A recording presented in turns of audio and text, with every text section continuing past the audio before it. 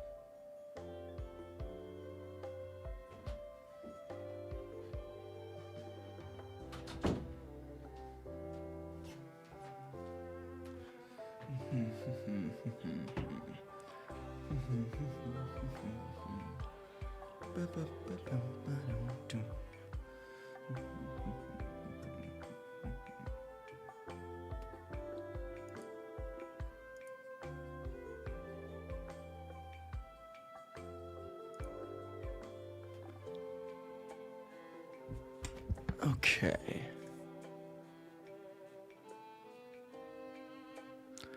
What's happening, Danny? Your first one in, how's it going?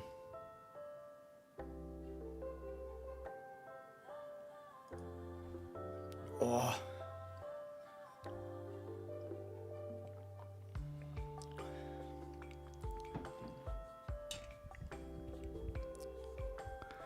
First one, you're eager. What can I say? I appreciate it though. How was your weekend? I had a pretty D&D heavy weekend. No, it should be on YouTube as well. Unless I messed up my YouTube thing. Oh, that explains it. Yeah, hold on. Why is it set to private on YouTube? Thank you for that.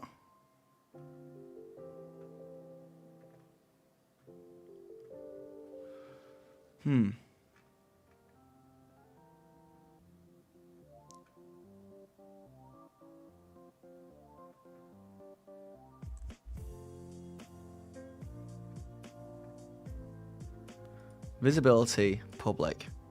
That's so weird. I don't think I said that. Yes, thank you for calling out. Jesus Christ.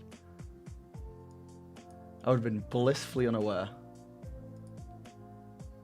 And just getting really insecure.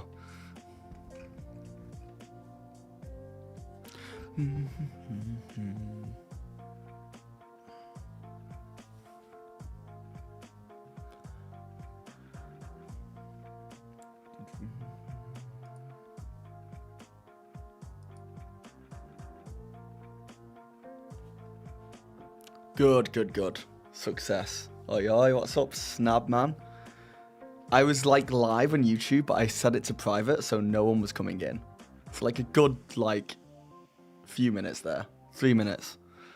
I was like, oh no. No one cares about me anymore. Not first on YouTube, Danny. But close.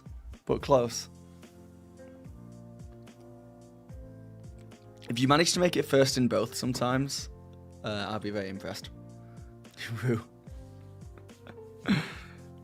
How is it going, guys? Yeah, today we are going to be checking out the Project SIGIL new VTT. I'm excited to do it, and I'm thinking of figuring out a way that I can play it through with chat with you guys. And next year you'll be first in both. We'll see. Won't be many streams for a little while.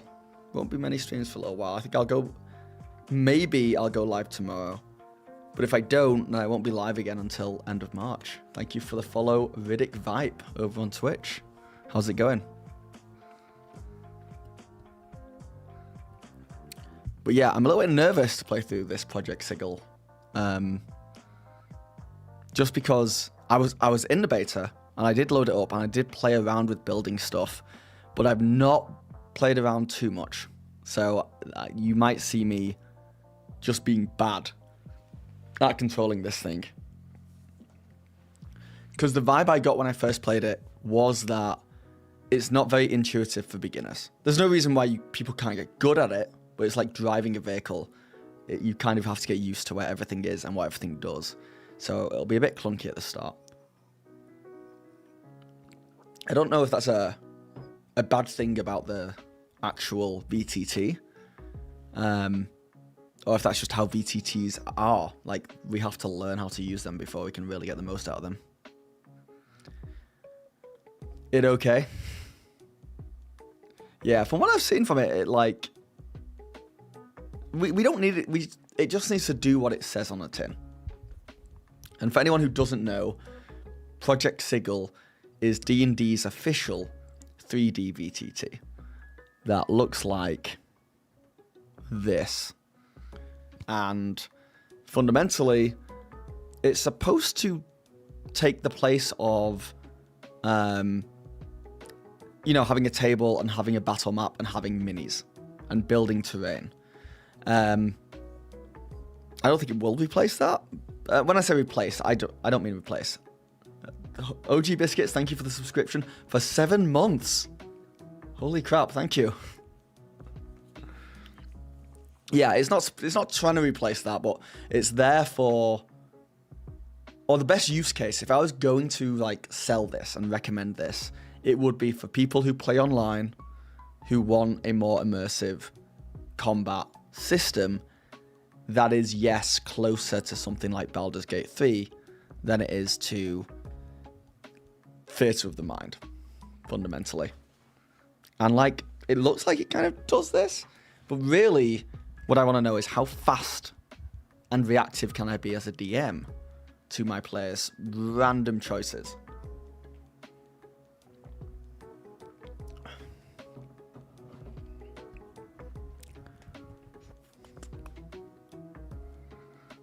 Let's go. So yeah, we have here, I mean, we can just jump straight into it. Hold on, let me get the sound from the actual game on here. 2 seconds. Because it is pumping out sound. Also, where's chat on here? There it is. Sam, howdy, how's it going? Is it going to be microtransaction hell? Cat Van, the beauty of I have a really weird relationship with microtransactions, because on one end, I've fallen victim to them before, like predatory practices that get me to like spend money when I wouldn't normally spend money. But I've also seen like good microtransactions where it really is like, hey, if you want to support this and want cooler things, you can, but you don't need to in any way, shape, or form. So it really depends on where that falls. But look, there's a lot of mistrust on Wizards of the Coast who are making this. There's a lot of this idea that they're a corporation who are greedy and are trying to make money, and that's their bottom line. And a lot of it is not unfounded. They've done some shady stuff in the past, and I'm sure they'll do shady stuff in the future. But it's got to the point now where I'm at, where I'm like looking at all the news and I'm making videos on this stuff and I see the comments, and it really is people are like automatically like expecting the absolute worst. And the reality is recently with the new core rulebooks and a lot of stuff, they've not been doing the worst. They've actually been doing quite good. So not saying we should trust them, but there's no need to just like really jump on a bandwagon of like, oh, it's going to fail. It's going to be microtransaction hell. It's this. We got to kind of wait and see. But yeah, Hasbro has done some shady things. But I'm extra sensitive to it because I have a comment section where even when I don't talk about Hasbro, I just make a video about D&D. People come in being like, how dare you? Hasbro is the worst thing in the world, blah, blah, blah, blah, blah. And it's kind of difficult because even if they try to make something good, like we're kind of like judging them. We're judging them very harshly. Hope that doesn't get me cancelled. Let's wait for them to mess up before we start like, going after them with pitchforks. All right, hold on. Let me get this music up.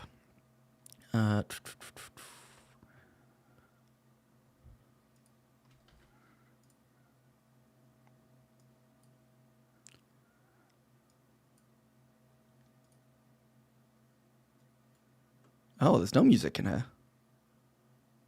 Oh, no. I messed up. This one.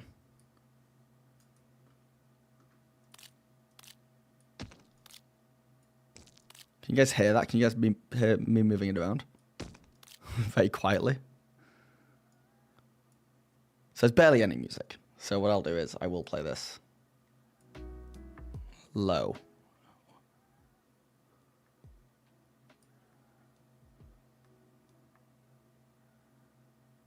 Sorry, forgive me. I have so many sound sources coming in and out of stuff.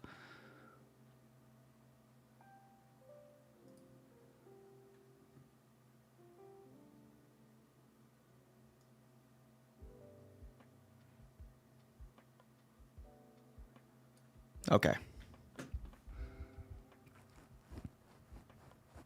You want to use it instead of Tailspire because of the rules management, but the building options in it are so limited. I kind of want to stick with what I already have. Hasbro is bad because they own Monopoly instead of other more fun board games like Catan. Yeah.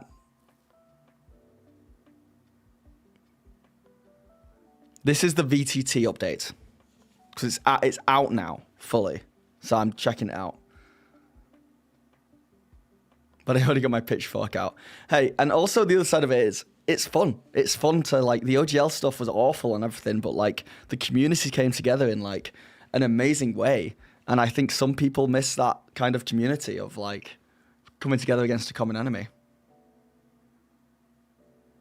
And, yeah, slowly put your pitchfork away. I'm not saying keep the pitchforks at hand.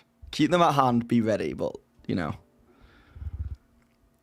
Innocent until proven guilty.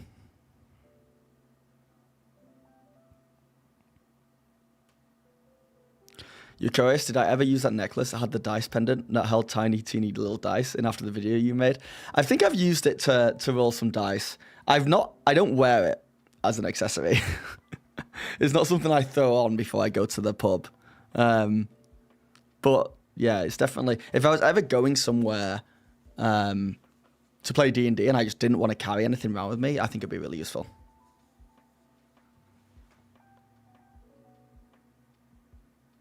They let you show it. They made me promise not to show anyone. I mean, you don't sign an NDA, but they're like, don't show anyone. When did you hear that, John? You're gonna make me paranoid now. I'm pretty sure we can show it as of like Friday. It's very recent, this.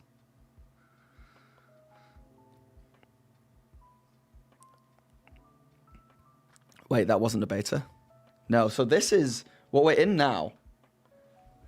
This that I've got open is, well, it's kind of confusing because they had people in early testing stages.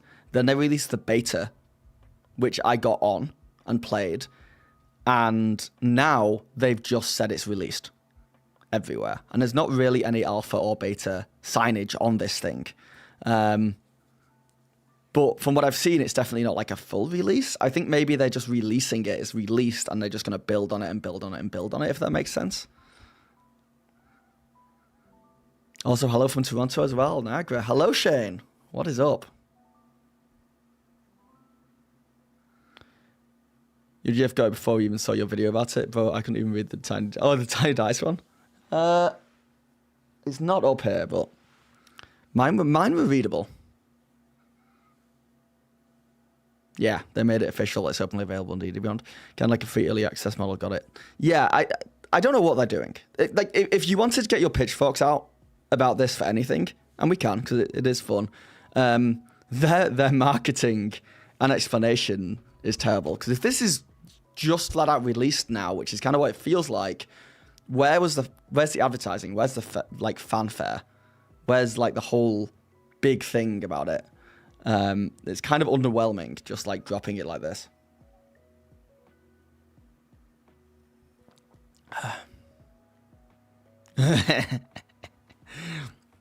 This claim is because if a player joined this room, they can click on this and claim these minis. So what I'll do is, I believe I claim them all.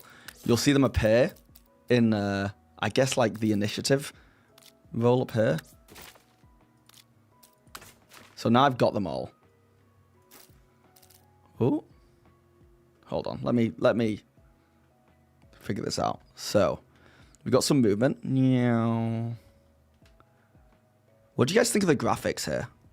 If you were going to give these graphics a rating out of 10,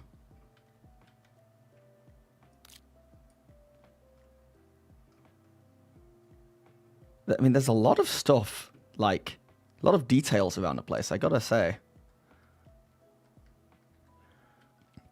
Like, just sheer amount of things on these shelves. But I feel like when you get really close to this stuff, it kind of falls apart a little bit. I think it looks sick. Maybe 8 or 9. A solid 7.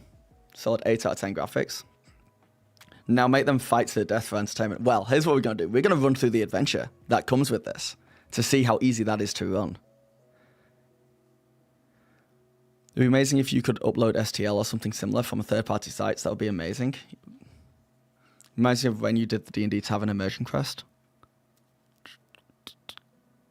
Oh, like the actual real-life tavern? Yeah, it's got a bit of that vibe to it. I like how the rug is crumpled up, you know?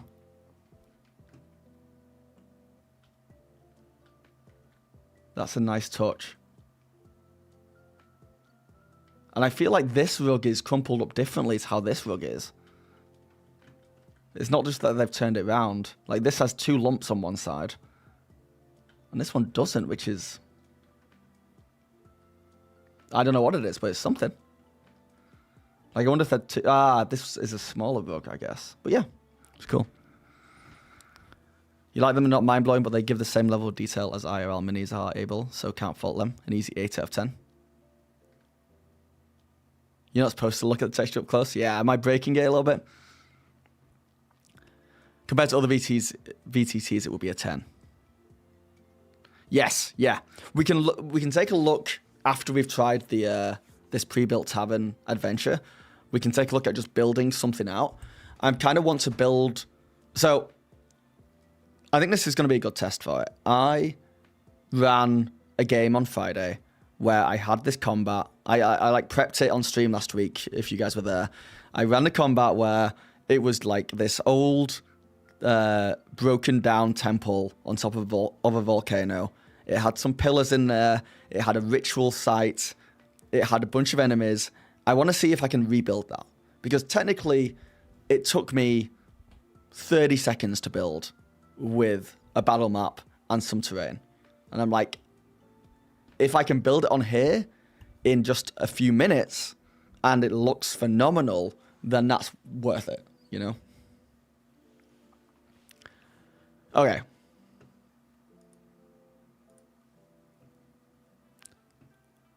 How was the session? That was a fun pep stream. Was it? The session went really well. Genuinely, probably the most challenging combat I have ran for my players, and the closest I as a DM have ever felt to TPKing.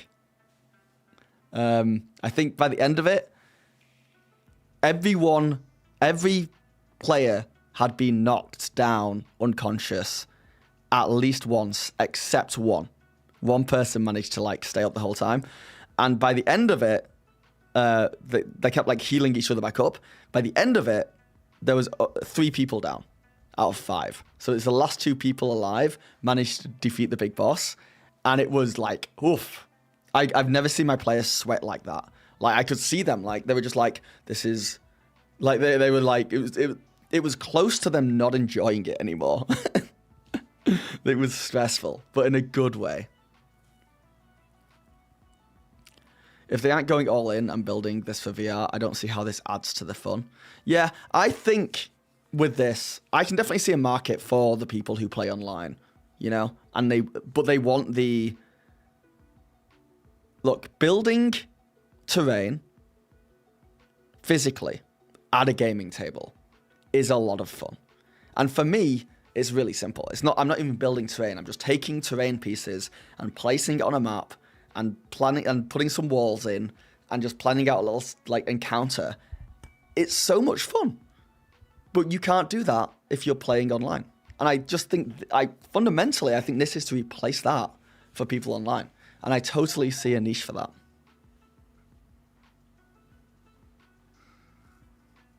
How much does this cost? This is included, there's a base free section of it, which I think is mostly more for players who can just join for free.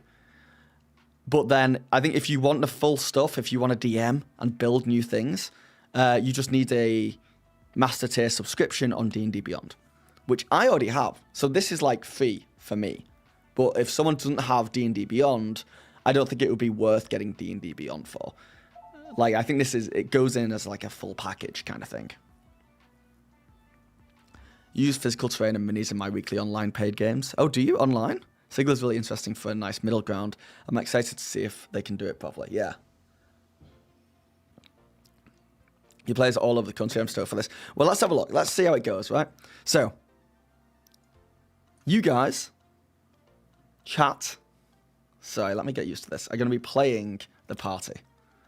I believe it's a level 1 adventure, so it's nice and easy. And let's do this. Let's grab Kurg and let me click on his profile picture. Okay, so the other thing is you can... I do really like this. You can click on any mini or create a brand new mini from the start, and you can select D&D Beyond character, and as long as it's one of the new 2024 rulebook characters, you can just, with a click, and if you're signed into D&D Beyond, with a click, you just take all your character information from D&D Beyond and add it in here. So all this would change to suit the level, the abilities, everything. And that's really nice. We've got a bunch of information. Appearance.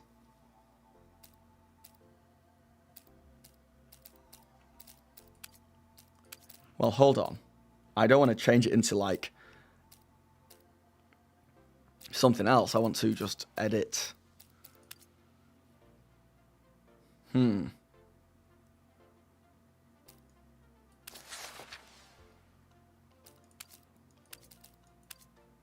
Okay, so this might be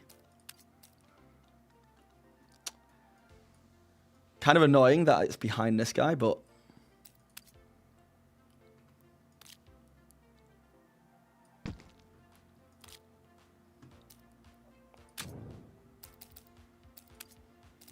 okay. So we can totally just create a mini and change its appearance.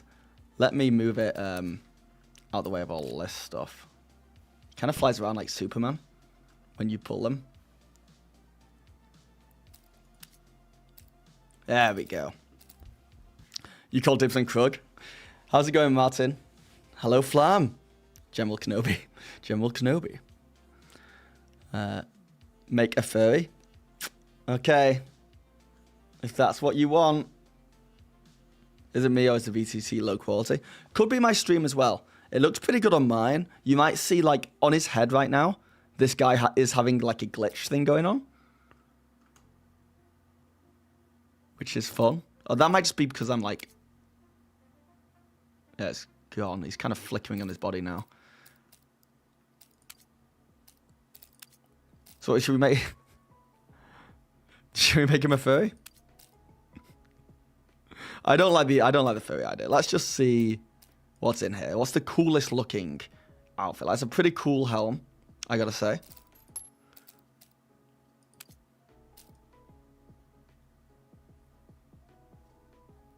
Very interesting stream. You're loving it.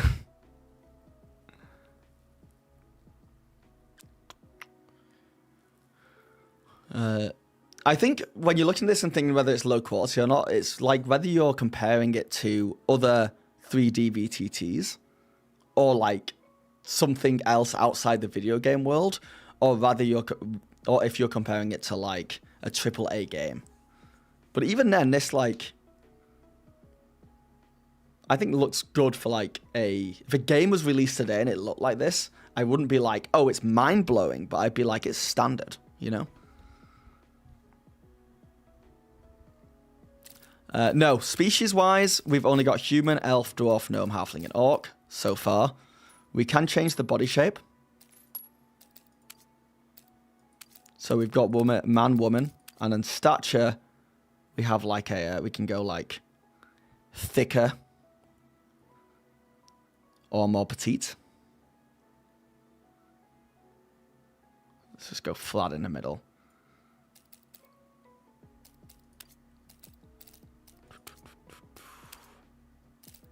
And like, obviously we're kind of, the lighting here isn't great, but it's like the world they've made for us. If we were just in like a normal area, or maybe if I knew the system better, I could change the lighting. The pants are down. We'll get there. No, Dave, you can... Yeah, for anyone who wants to play Project Sigil, it is available right now on D&D Beyond. Like, for anyone. They've just been really quiet about it. What's happening, Jojo? What's happening, Dave? Yeah, what's happening, Dave? My group and I started first home campaign yesterday after 4 months of hiatus. Oh, it must feel so good to get back to it. Okay, shoulder pads. But yeah, we won't be using this guy. We'll use the pre-built guys for ease, but let's just see what we can do. Throw in some gloves.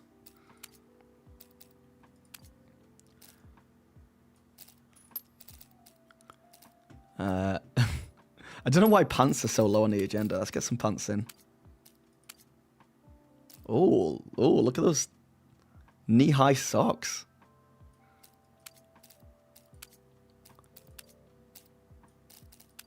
The unwillingness to let the pants go past the the ankle is crazy. Okay, I guess it's where the boots come in. Yeah.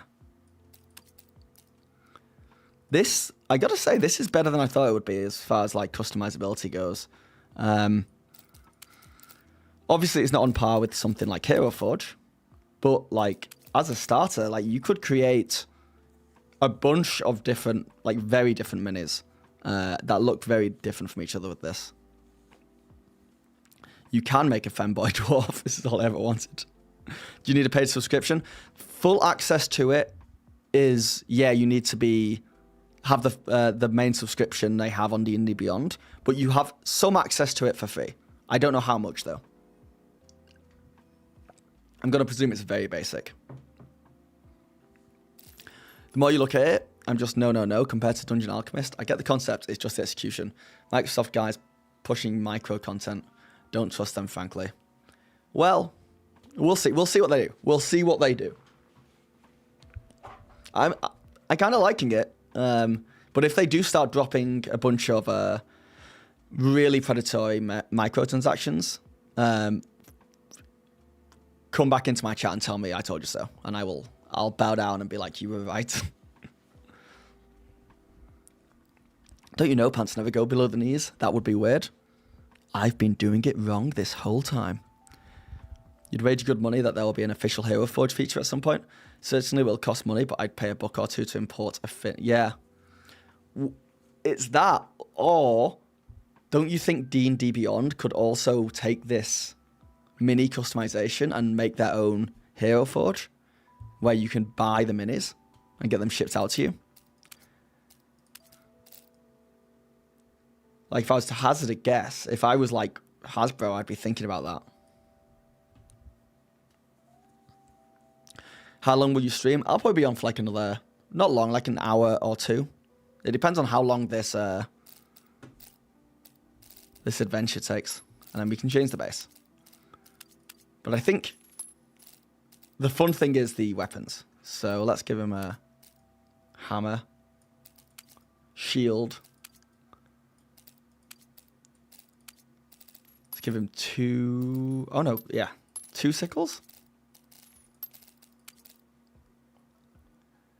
And the way the lighting reflects, it's Unreal, right? Unreal Engine 5. So that does most of this stuff, as far as I know. I'm no game designer, but I think it does a lot of the heavy lifting for lighting and stuff like that. And then we can change the pose.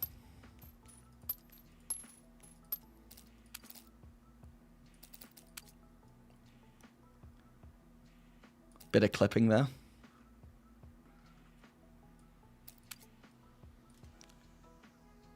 But there are some cool poses, like...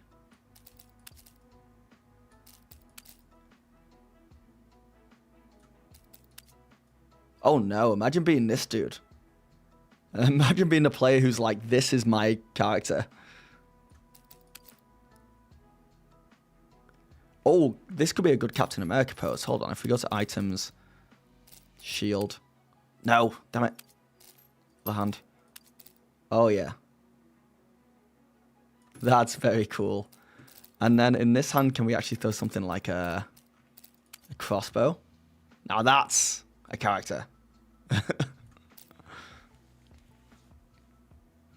VTTs are ruining the hobby. Stone Knife, I'd love to know how VTTs have negatively affected your playing the game.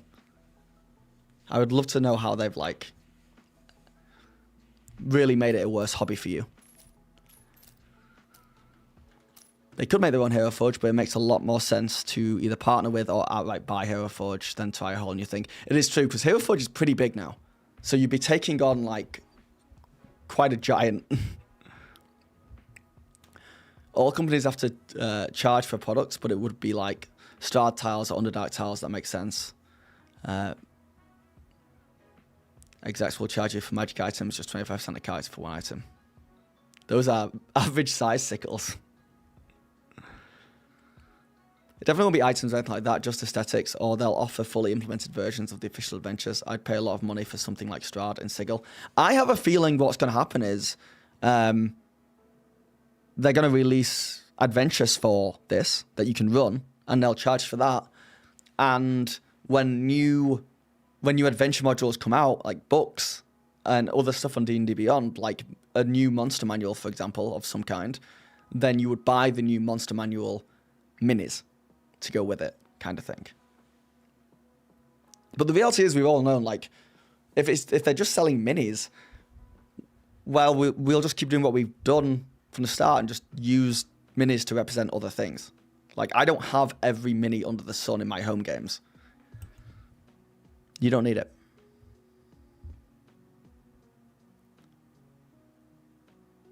What do you do for a two-handed weapon? What do you mean? Oh, you mean like, yeah, I don't think that matters. I think just the mini here is just aesthetics. So let's say this great axe is a two-handed weapon. Or is there something bigger, actually? This guy. No. All right, let's say that's a two-handed weapon. So then you would just take the shield off and say he's using a two-handed weapon.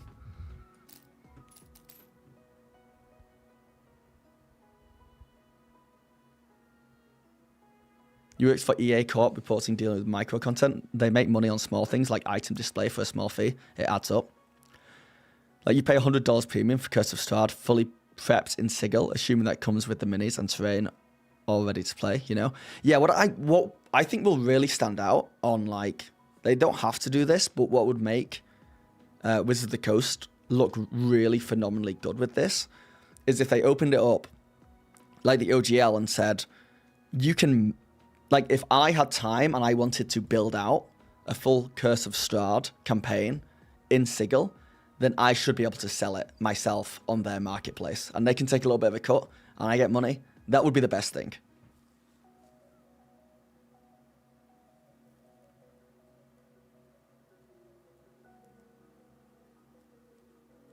Yeah. I don't think they'll charge a lot for a while. I think Wizards of the Coast is very aware right now that it can't be doing bad stuff. Or no more than usual. But okay. That's the miniature maker. And now if I just wanted to... Oops. And yeah, the beauty of it is I can just like load monster data or load a character from clipboard, like D&D Beyond character, or just select a D&D Beyond character from my D&D Beyond, and it will just chuck it on there. So it's like, that stuff's really fast. Like importing your players, if you use D&D Beyond, will be very quick. Question is, oh, delete. Okay, he's gone. Just like that.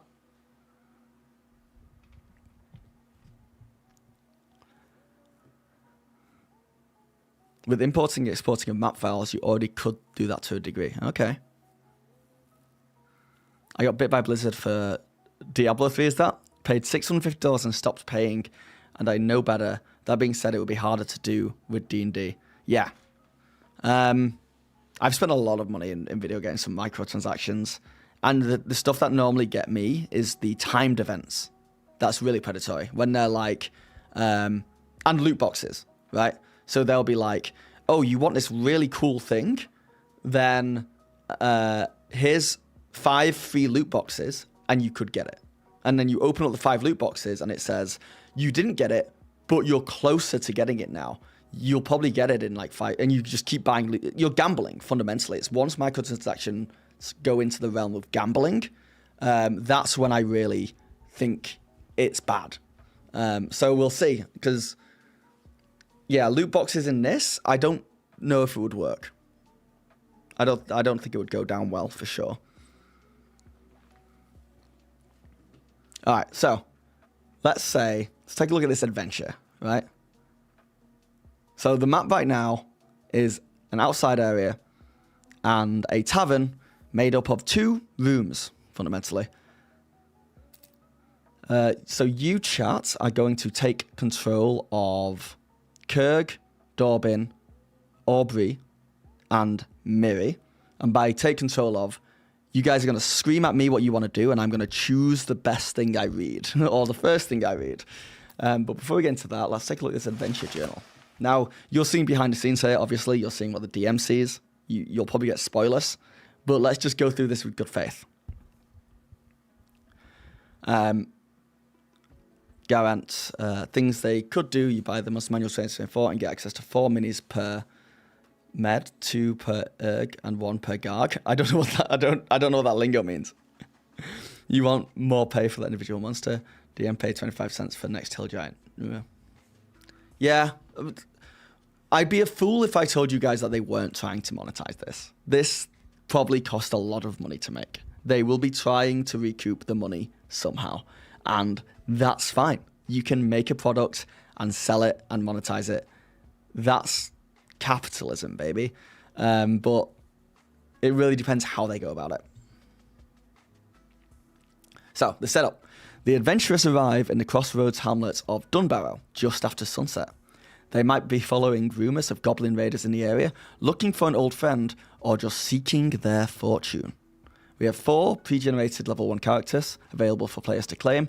If they don't already have the characters ready, remove any unused character minis from the map. Welcome to the Bald Boar. The Bald Boar Inn is a quiet tavern in a sleepy hamlet named Dunbarrow. The proprietor, Barton Thimbleblim, gnome commoner. Let's go find him. Lots of patrons. By the way, I'm like clicking the middle mouse button to spin, and I'm right clicking to drag.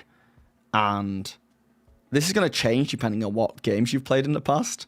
That feels backwards to me. I do wonder if there's a way that I can change the buttons and what they do. But it does it. So is this? Yes, this is Barton. So Barton is going to leap up on the counter because that's how he cleans the counter. Okay. He's going to be up there for now.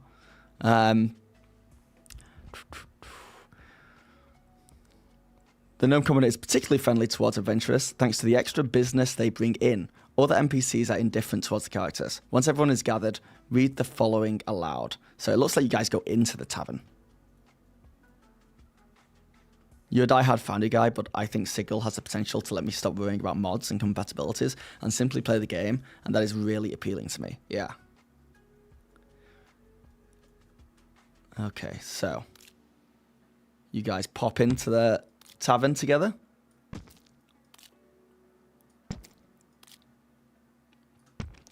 The inn smells warm and inviting, like hearty soup and fresh ale. The murmured voices of townsfolk are barely audible over the clink of dishes and cups. An elderly gnomish fellow behind the bar smiles and warmly waves at you. Ah, new faces! Welcome, welcome. Always good to see adventuring types. Visit our little village. And he's going to run up to you guys, as owners of bars often do. Just charge right up to you guys and engage in conversation. What's going to bug me is that I can't... Is there a way to face... Yes, there is. Okay. I can pick them up and spin them around. Ooh. Oh, I selected 2 of them. I guess I can, like, select multiple things. That's good to know.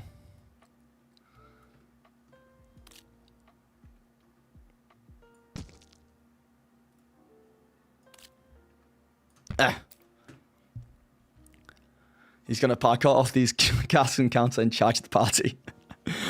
Roll initiative. Thank you, Sean. Thanks for coming in.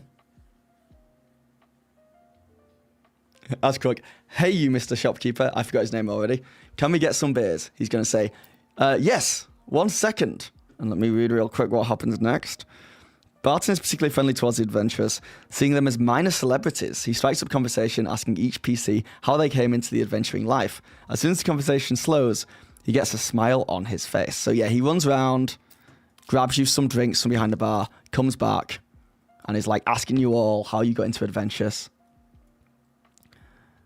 And then he says, you know, I set aside a special bottle downstairs for distinguished visitors like yourselves. Barton says brightly.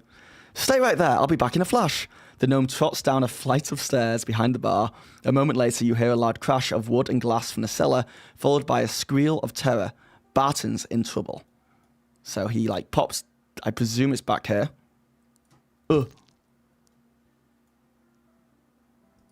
Door to the cellar.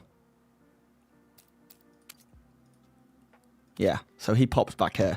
And I think I can probably just say, like, from my point of view, I can just click him and say hide. And now, like, if you were players, you wouldn't be able to see him anymore. So he's gone downstairs.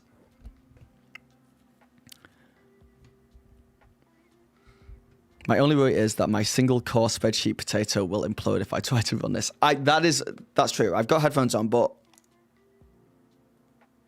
my computer's fans are running.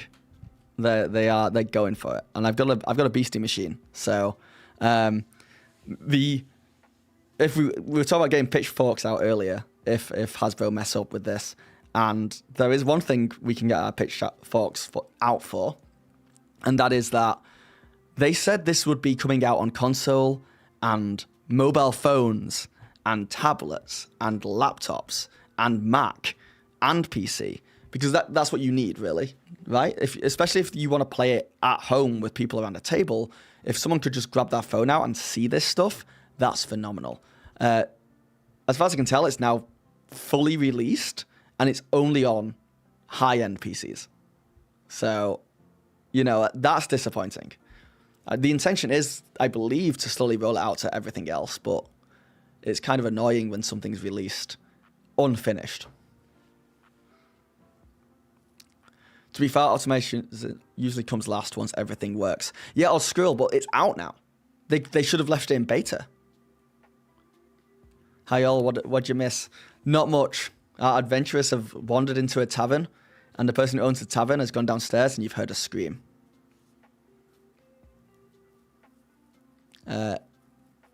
Ikapat, I would be interested to know how it runs on a cheat machine.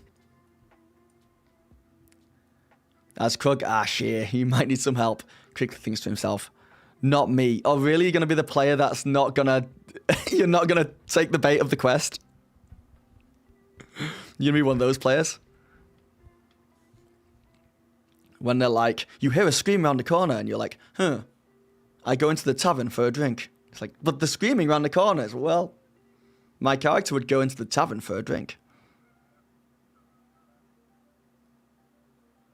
This definitely isn't full release. It's just open beta. I just mean the language they're using. I've not seen any... Like, I was part of the closed beta, and it had beta all over it. This doesn't say beta. Normally, it would say it on here somewhere. It would say early access or beta or something, like on the screen. But no. Yeah, the plan is that you would be able to get it up on your Xbox Series, but it's not there yet. Yes, Max, download it. Let me know how it goes. Valley, hello. Okay, so. Yep. So Barton went downstairs. There's a squeal of terror. Barton's in trouble. As soon as the characters decide to investigate, move to the next encounter to move the next map, click on load space and select Act 1, Bald Boar Cellar. Okay, so before we do that, let's just like have a look around this room. There's a lot of people in here just chilling. And I know for a fact that if I had players who were a little bit cheeky they would be like trying to like talk to Nor and be like, Nor, go down the cellar, check on Barton, or Zell, or Felithar, or Hemdar. But let's just say that these guys are all just the drunkest people you've ever seen, and then of no help at all. Can you put on 2D maps and use them as battle maps? In what sense? In this game? Like with this? What happens if we never investigate? Well, Barton never comes back, and you guys, I guess, just own the tavern now. So we can change it into like a resource management game. If you want. Where you guys are now behind the bar.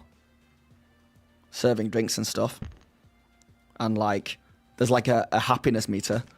Depending on how well the patrons are doing. And you got to pay rent. Yeah, instead of using 3D maps. As far as I know, there's no reason why you can't open up multiple things and switch between them. It might be a bit cumbersome though. There is a top-down view mode. Yes, there is, right?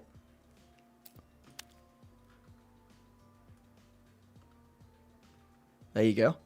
I don't like it personally, but I totally understand. It's definitely easier to see what's going on. Let's go back to the other one.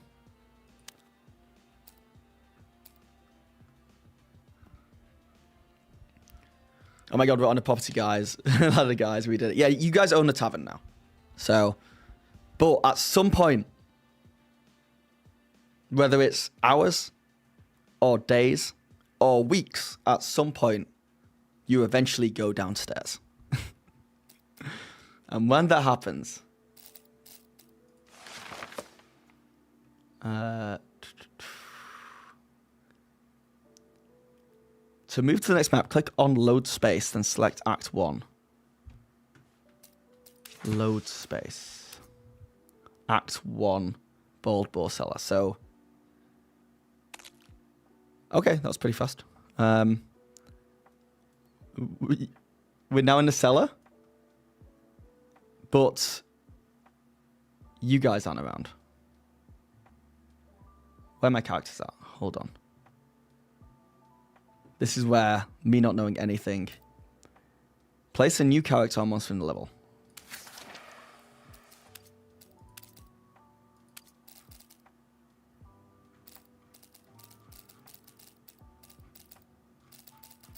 Nope.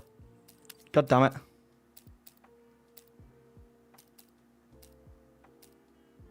Hold on, let's see what this says.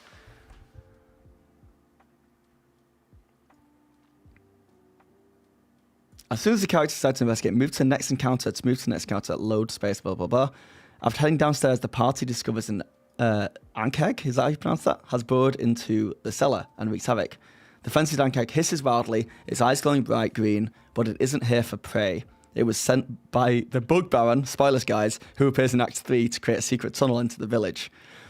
On its first turn, it uses acid spray and then flees from combat by retreating into its tunnel. Okay, but how do we get our characters down here?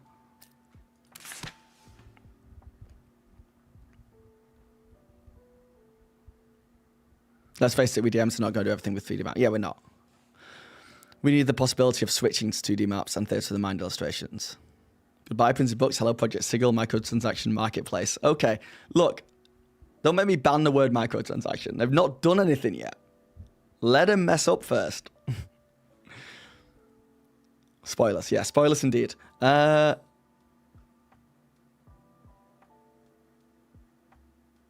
you know what we can do? I think we can do this. If I load space and go back to the tavern.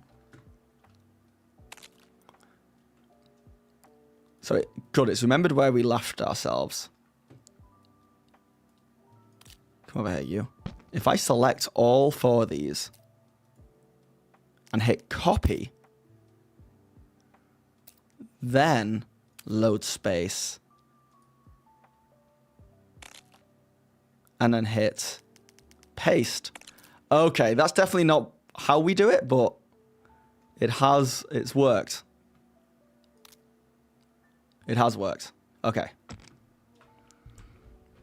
Success. Secret tunnel. There's definitely an easier way. There's definitely an easier way to do that. So the cellar's pretty cool. It's just a relatively small room, and What does it say? The Ankheg chucks out acid spray?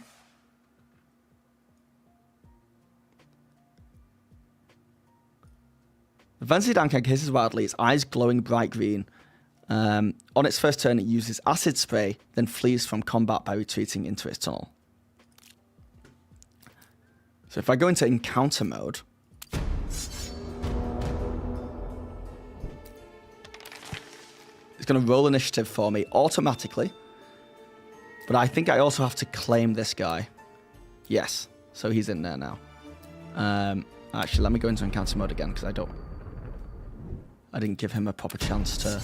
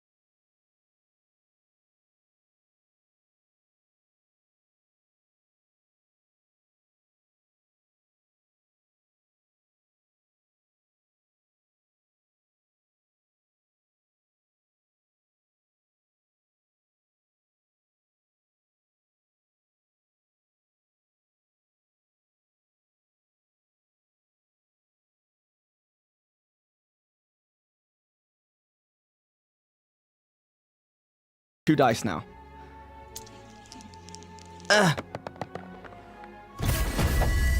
It's not 20, guys.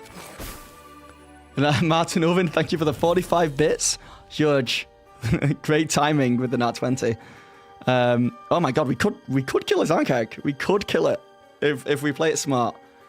I think this is actually a well-built encounter because I think it's incredibly hard to do it. I don't think we can kill it, but you can give the players like the feeling that they can. Wanted to get rid of them? Well, hey, I'll take any bits you want to get rid of. I'll take any free Twitch Prime subs that Amazon are paying for. Anything like that, throw them my way. You opened the door real quick for it. Okay. So Dorbin can't move away now because the Ankeg will get a opportunity attack. So he's just there. I think the only way they could realistically kill it is if they already knew it was going to run. Yeah, that's true. And also, they have to roll really well on initiative as well. Krug uses Cuddle. Unfortunately, it's not Krug's go. It is the Ankeg, which I'm interested to see what this guy can do. The Ankeg can burrow through solid rock at half its burrow speed and leaves a 10-foot diameter tunnel in its wake. That's fun. But the Adventure Journal says that he uses acid spray, then flees from combat by retreating into its tunnel.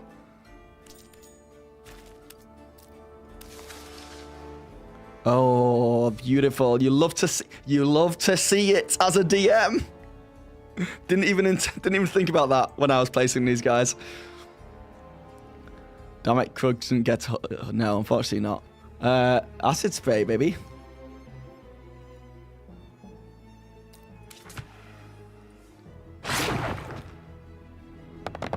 Okay, couple of saves, couple of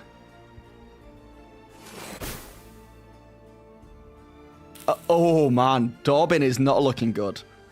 The Ankeg turned this around. I kind of want to not retreat now. The Ankeg has a really good chance of winning this fight. Yeah, that changed the game completely.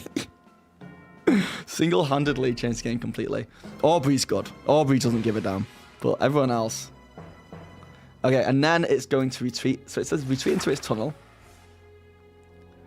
And Barton Thimbleblim is trapped under broken kegs, pleading for help. He can be rescued with a strength athletics check, either during or after the fight. So we'll have this guy retreat, but take an opportunity attack. So before he does that, from old Dorbin.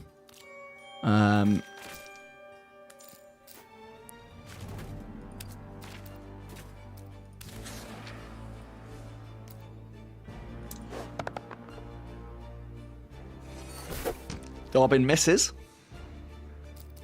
meaning Bro gets away and he uses Tunneler, which I guess we just say he hides. He's gone. He's gone into a tunnel somewhere. R.I.P. Dorbin. Dorbin's fine. He's just... You guys made him go in and mace the guy. Okay, so... What now? Yeah, Barton is trapped under some kegs, he said. So let's get our big boy, Krug, run over there. And let's leave combat. Go into free play.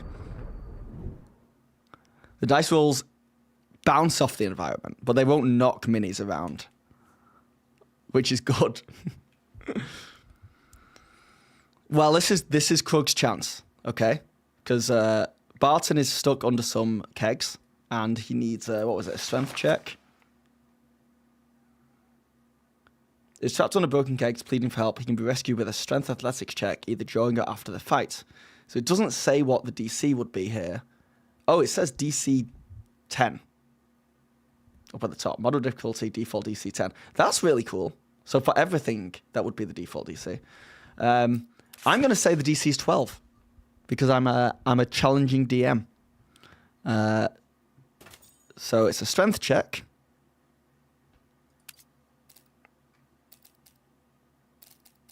Interesting. It's only showing things that he's like good at. If I hit show all, I get all these. But it's going to be an athletics check. And let's see if he gets him out. 12 to DC. 11. Unfortunately not. He's going to back up a little bit. And then Dorbin's going to run over. And he's going to give it a go. And he's going to go for a strength check.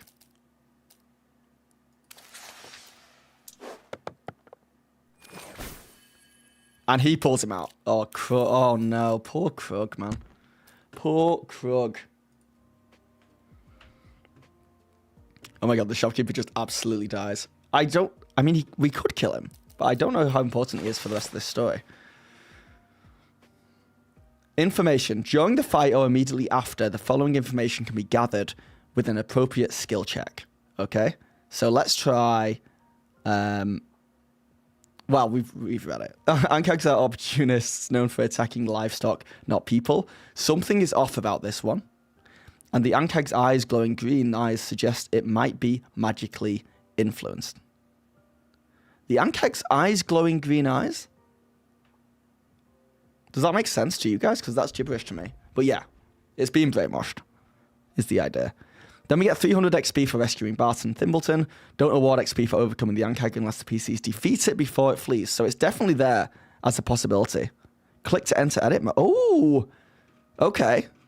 So I can change all this stuff. That's good to know. Markup guide. Cancel. Oh yeah, that's good to know. So I can change it to match my players. Submit a bug report for that sentence. 0 out of 10, too buggy. Don't understand. Said eyes twice. Hi, Mitrados. What's going on? We want a refund. Okay.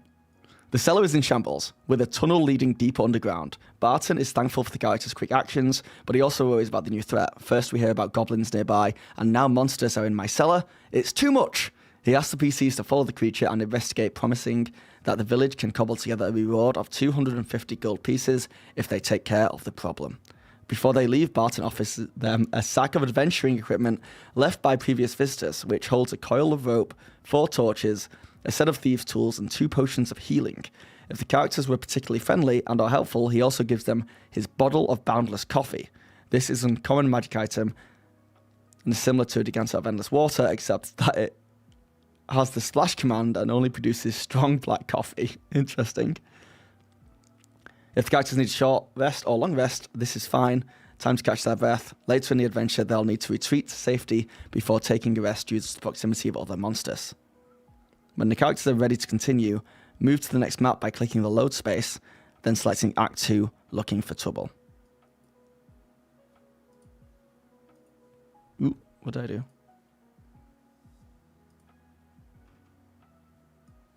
Act 2, looking for trouble. Okay, so before we go there, Krug would like the coffee. Krug just has endless coffee from this decanter of coffee. Oh, you have it running? You tried, but it kept failing to connect. Oh, really?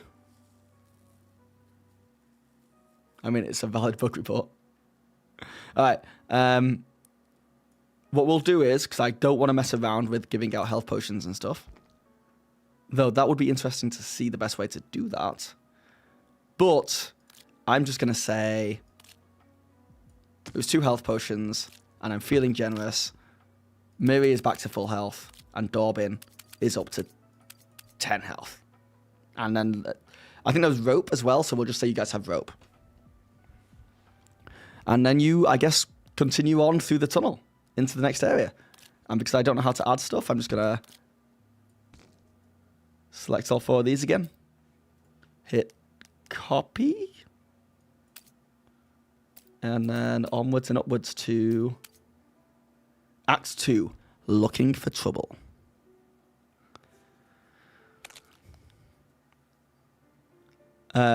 They've like released it. It's not even in playtest anymore, pricing. It's free, or it's included in the Master Tier subscription on D&D Beyond. If you have that, it's all free. If you don't, I believe some parts of it are free, but I don't know exactly how much. This area looks freaking awesome. So let me paste my guys. Oh, okay. Pretend you guys haven't seen this stuff. Party entrance. Okay, right. All good. What's this? Explosive spore cloud. Okay, this place looks fun. This area looks fun. Let's see what's said. Let me change this to some better...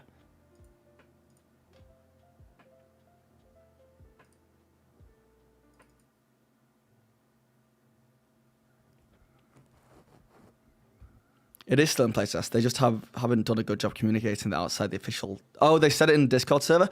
They sent me an email saying it was released. I checked the FAQ. It was saying it was, like, didn't say anything about it being in beta or anything. And, like, yeah. That's okay. Krug is legally blind in one eye, so he can't see much anyway. Yeah. No metagaming, guys. Ignore these. Ignore that. Don't even look over there.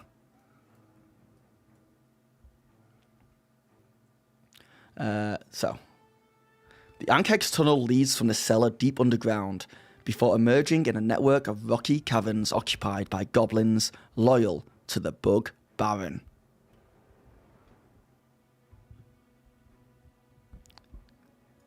Yeah, we've not hit any like real technical issues so far, to be honest, but this is the pre-made adventure, so they probably worked on this more than anything else. The base game campaign is free. You only need to have a master tier if you want to host a game. Ooh, cool. Ooh, shiny. Yeah. Very purple and sparkly. Which guys you want to go left or do you want to go right? Characters must navigate a dangerous tunnel while fending off more of the Bug Baron's servants.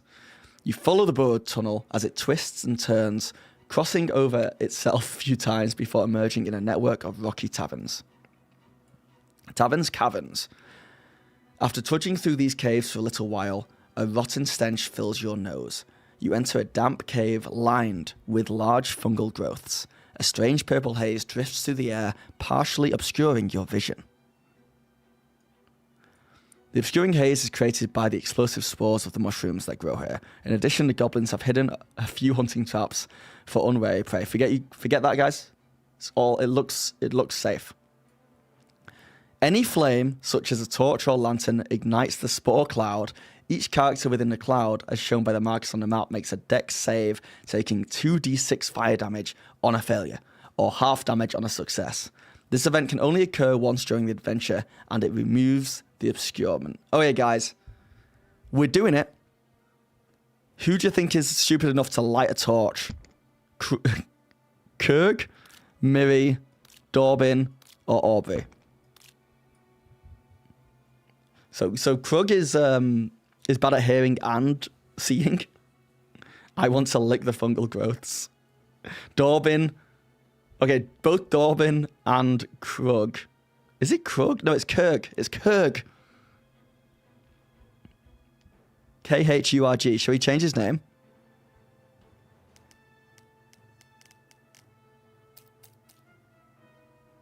Krug is just nice. It's Kurg. Yeah, I found it's Kurg. I probably said Krug early on. Dublin and Krug. Dublin, Krug, Audrey, and Miriam. No, it's Krug now. Okay, I think I'm on board with that. I think that's...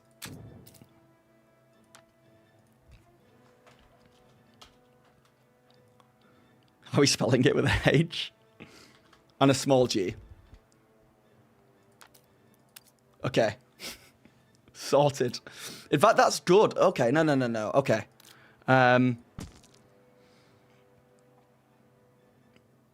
Is OG Biscuit, are you still in here?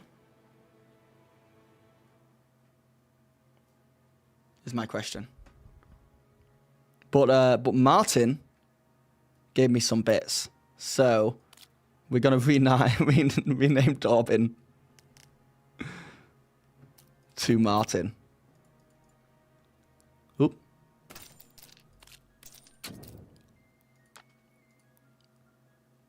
Or Dorbin Ulvin, I think is pretty good. There we go. Now we're talking. The G is actually silent.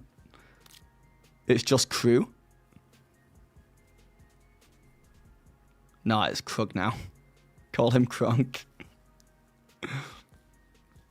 To be fair, Aubrey definitely gets called Audrey all the time, and you know it makes her mad. You know it. Oh, yeah.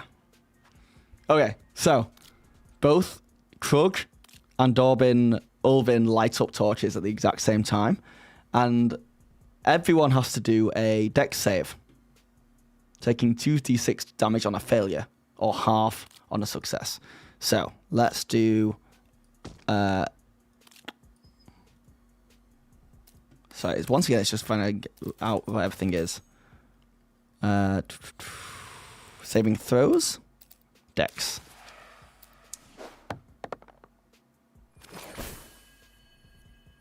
Where does it say? So 30. So it was a 10 to pass. Audrey passes.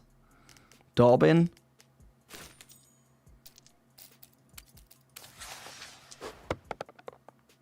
Passes. Miri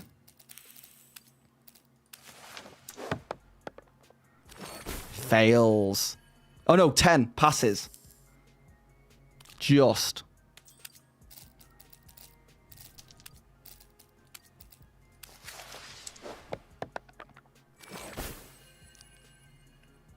Shrug fails. What game are we playing? This is the VTT from D&D. It's called Project SIGIL. It's the official 3D VTT. Ulva means the wolf in Norwegian. Then that's so cool. Dorbin wolf. I love it. It's not crew. It's crew. Sorry, Flam. It's nice knowing you, Krug. Do you know if we can bring up the dice history log somehow? I think I can just click here. No? Oh, yeah. Oh, hello. Yeah. So that's good to know.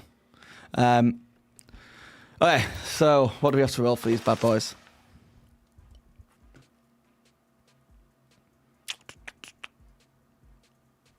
Okay, don't read the stuff about giant centipedes. Ignore that. So dex save, taking 2d6 fire damage. So we'll just roll 2d6 fire damage for everyone. And I'm hoping that I can just click 2d6.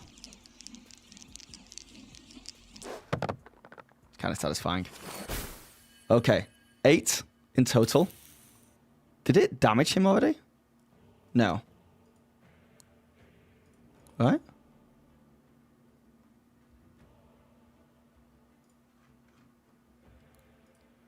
No, just custom roll.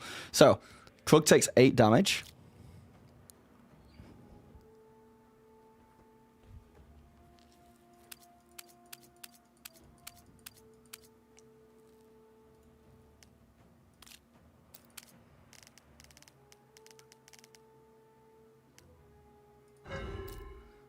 Krug is down. And then everyone else takes 4 damage. This game's hard, man. This game's hard. 2d6 is a lot for level 1 characters, right? Was I supposed to level them up? They got 300 XP in the last game, in the last session, apparently. I don't know what that means, because I never use XP. Does 300 XP level up a level 1 character to level 2? Oh, they should be level 2. I don't even know how to do that on this.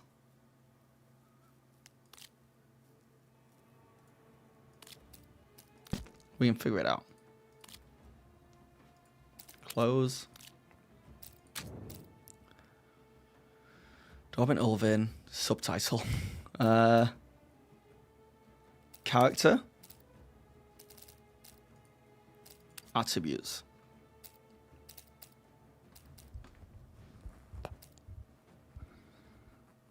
This is a real shame. Now, how to level up? I guess I go into D&D Beyond and I just pre-gen a level 2 character real quick. Yeah, when you do this, use loaded characters from D&D. Yeah, okay, I'll do that. I'll go on to D&D Beyond and I'll make a character real quick. It's a TPK. I mean, it would have... Imagine if that explosion has killed everyone because I forgot to level them up. Honest question, is anyone going to use this? I think so, Kyle. Yeah, do you not think anyone's going to use this?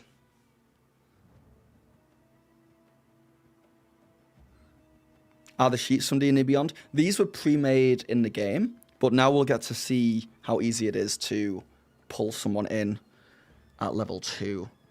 Just bear with me. Patience. Have a little patience, D&D Beyond.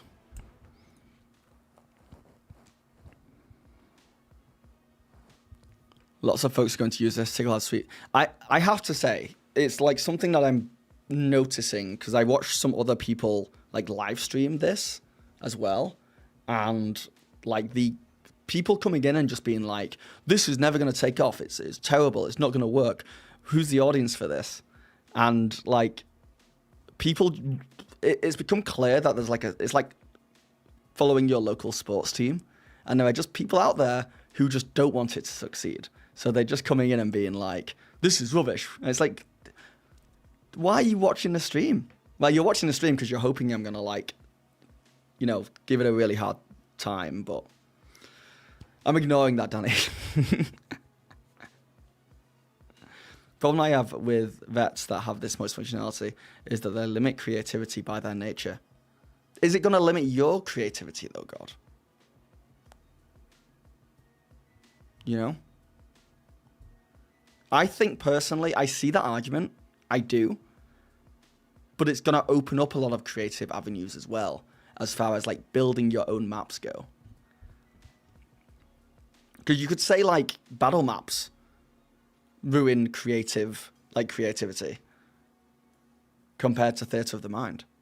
And you could definitely say that 2D battle maps did the same thing. So something like this, it seems like the same as just another option to play. Not that it isn't good, but not my taste. I prefer Owlbear Rodeo. Fair enough. Everyone to their own. I think it'll make combat faster, leaving more space for roleplay time. Yeah, I don't know. It depends what your combat's like normally. Because I really like how it rolls everything for you. Like, I've never got into initiative faster than just then. But obviously, if I was playing with players, I don't know, players like rolling initiative. So the game doing it for you, maybe my players would still roll initiative. I don't know if it would make combat faster for me, because I've got quite fast at combat. But I think it will definitely make combat more immersive. It will definitely make it a little bit more like tense. We like any issues to roll, yeah. Let me use my overpriced math rocks.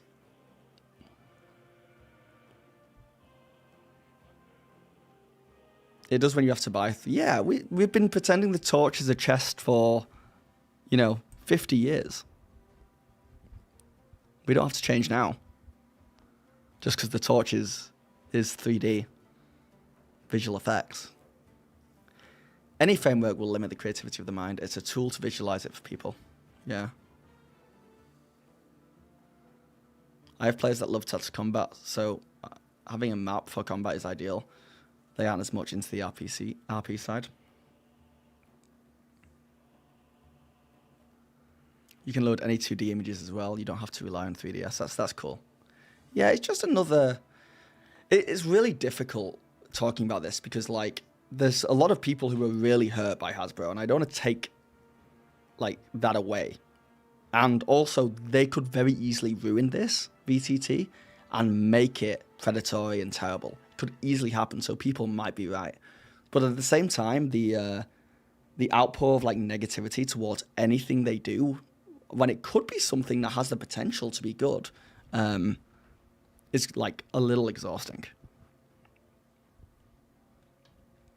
You watch a lot of people playing it too. It definitely needs some work, but it's good foundation. There's still a ton of species and spells and classes. Yeah, it definitely feels like it's still solidly in beta.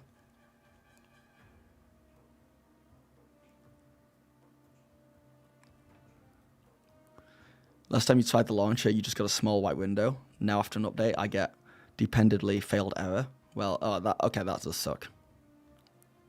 How much freedom is there in room design? Can you place a torch upside down, sideways, on the ground, mid-air, ceiling? I just wonder, God, and you know I respect you. I just wonder how this is so different from me putting down a battle mat and putting some minis on a battle mat and putting some walls down. And then playing combat in that. You know? I just wonder how different that really is when you think about it. Adam, how's it going? Not Adam, Adam? Good evening. All right, sorry, let me create some characters on D&D Beyond real quick.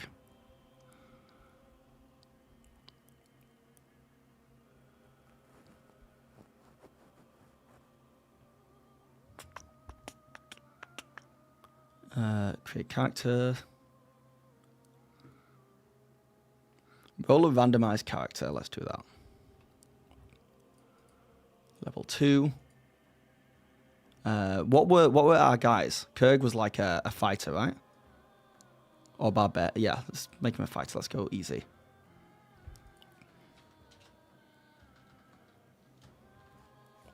Ildor, how's it going? Because I can draw anything on a battle map. I can't model 3D. The barrier to entry is high for asset creation. The freedom to place things is limited by our rules. Yeah, it's just... I don't know. I don't know. We may have to agree to disagree there on that. I think there's a world where like this doesn't take away from how you play your game and how a lot of people play their game. It's just for new people who want to play with it, it like makes D&D easier for them and more enjoyable for them. So, Kurg was a fighter? Okay. Throw Kurg in there, create character.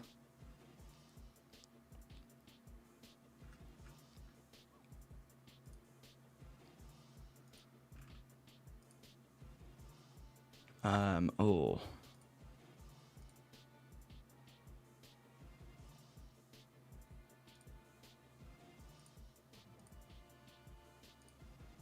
Sorry, I'm just it's making me choose a bunch of stuff.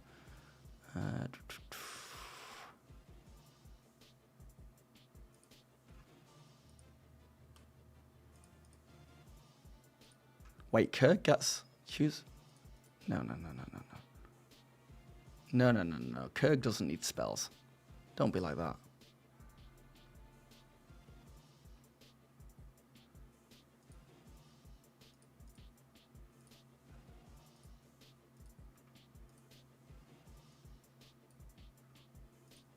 He's going to be strength and wisdom, sure.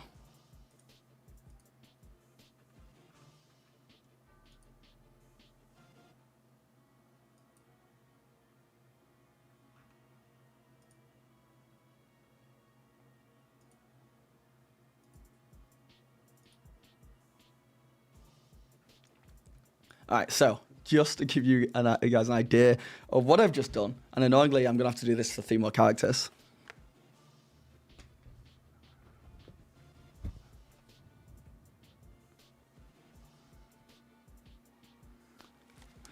Of course, painting on PC is another thing, but I haven't actually checked if you can load something in.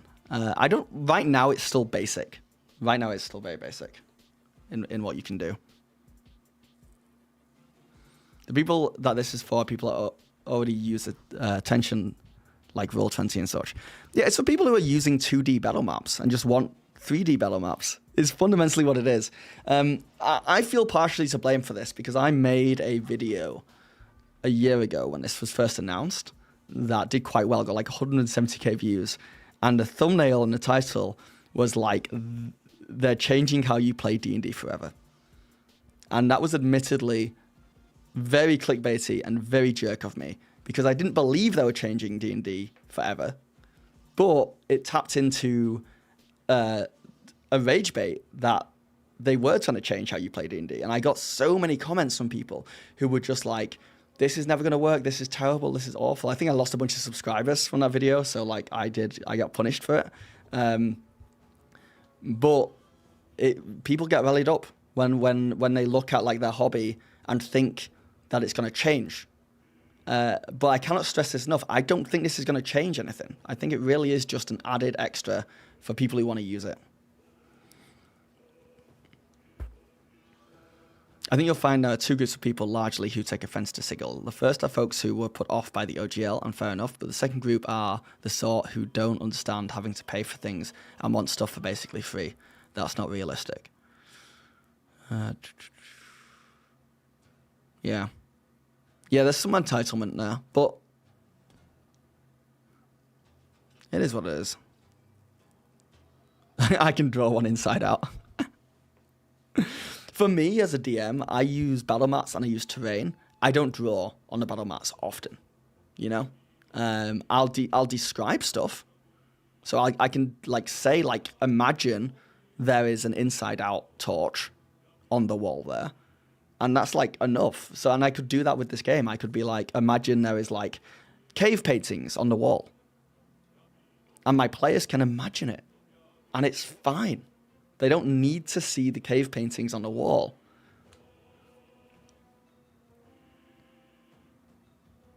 You're not planning on using it, but I'm not worried about it. Yeah, I think that's a good way to... It's like, if you can be like, it's not for me, but I understand, like, why some people might like it, then that's, I think, the best way about it.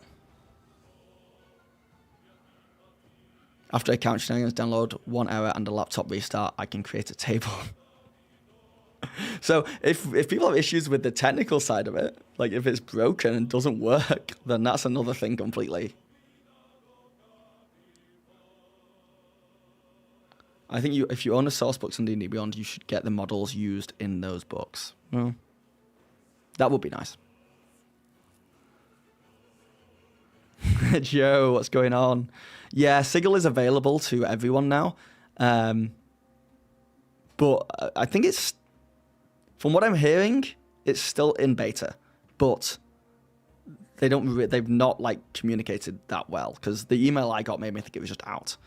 And yes, someone died, but that's on me. Only because I was supposed to level these guys up to level 2. So if I grab Krug now, we can see what this is like. I can click on Krug here. I can select D&D Beyond character, and you can see I've got Kurg. Sorry guys, I spelt it wrong. I've made Krug a level 2 shifter fighter. The reason he's a shifter is because it was a randomized thing. Unable to load, forbidden. I think because he's a shifter. Oh no, make sure the character sheet is set to public. 2 seconds.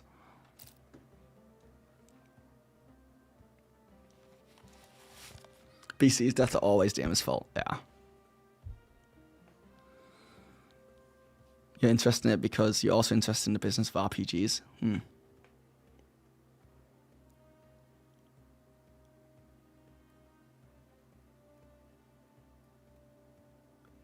Hit his head. He didn't hit his head. He got exploded upon. Questions. Any options to import some 3D assets into the game? I don't believe so currently, but someone else might be able to answer that. I hope this doesn't replace maps. Maps does everything in it. It won't replace maps, Matt. I don't think it'll replace maps because they are still like updating maps now. My fear is that maps are going to replace my encounter builder. Half his brain is unfortunately on the cave wall. Alright, D&D Beyond. I need to make this public. If I make it public, everyone can use it. Does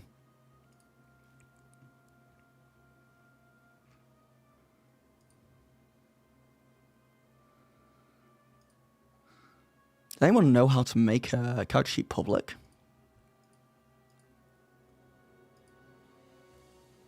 I also don't want him to be a shifter.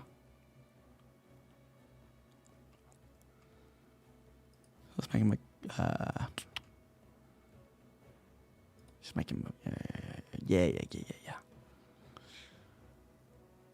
In character options...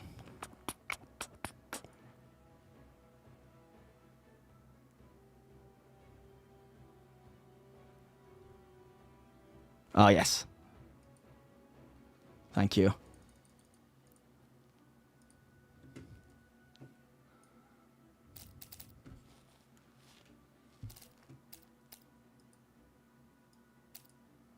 Oops.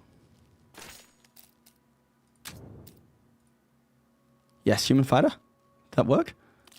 It did. Now he's got 12 HP. So he would have taken 8 damage, so let's put him up 4 HP. Kurg is alive, ladies and gentlemen. Thank you, Brycing. We need to mod this VTT like crazy, yeah.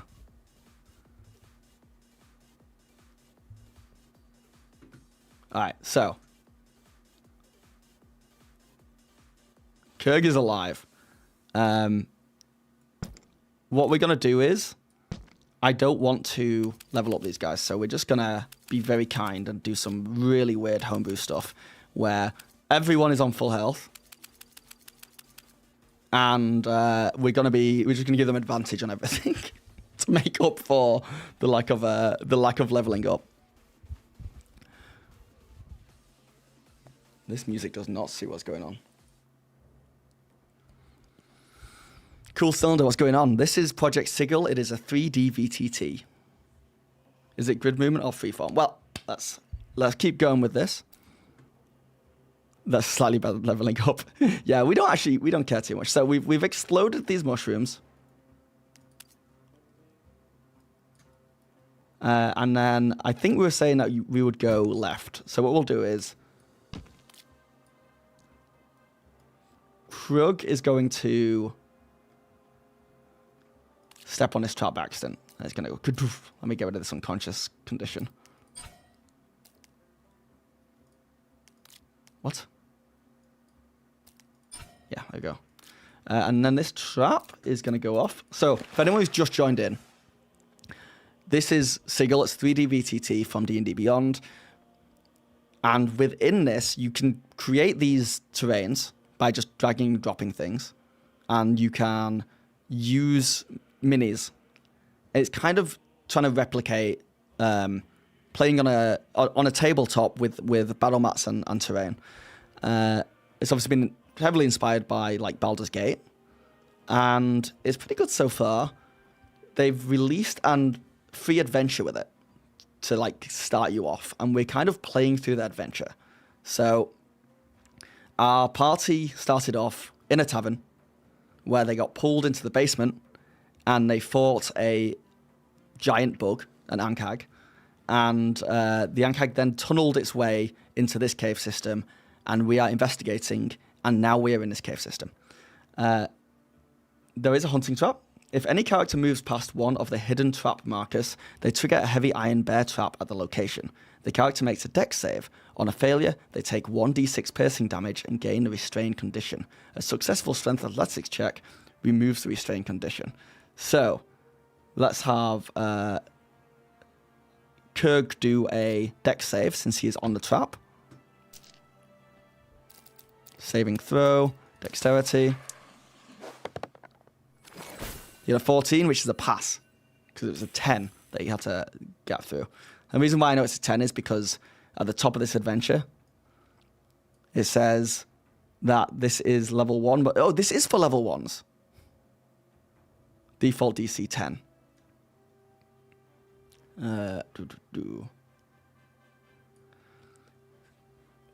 Centipedes. 2 giant centipedes lurk beyond the door. If a trap is triggered, they scuttle out to attack the character. Okay, so we can see here that we have 2 giant centipedes that I can right-click and reveal. So they'll be hidden to players before this. And they come out and attack the players. And I can bring the players up. And then I can, I think, claim these 2. Which means I've got them in the initiative order up here. And if I hit encounter mode, it's going to roll initiative for me. And start combat.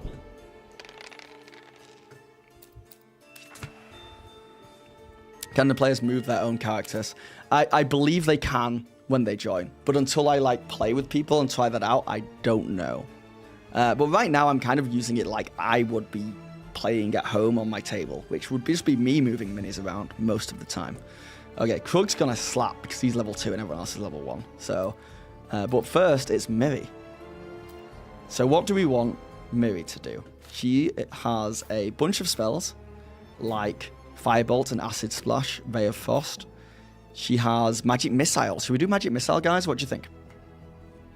Burning Hands. She could hit both with Burning Hands. So it's up to you, chat.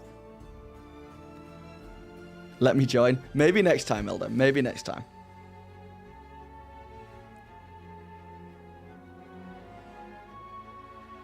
Burning Hands. Now, if I remember correctly, Burning Hands is a cone. So if we put her here, and we... Oh, okay. So I'm just... It will do all the rolls for me. So this is where it is faster. Especially for me as a DM, rolling stuff.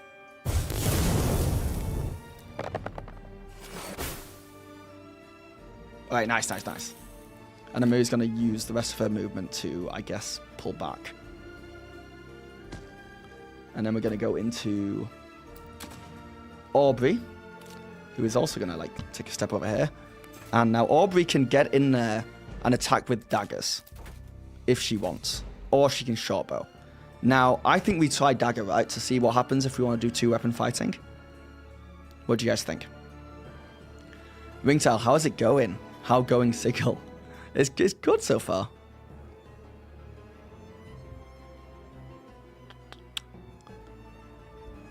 So let's say I'm one of your players and you pay for like a premium version. Would I have to pay for a premium as well? No, I think the kind of money method is that they just want to milk the DMs. They just want the DMs to pay. In an ideal world, they should come up with some system where it's like a sharing feature. But yeah. Every attack so far has been animated. What's up, Capros? Dang, I'm pretty... Nah, you're all good. We're all bathing in coins like Scrooge McDuck, being milked constantly. Yeah, DMs, we have a hard time, money-wise. Alright, she's going to get in and she's going to try and attack this with a dagger. So attacks, dagger.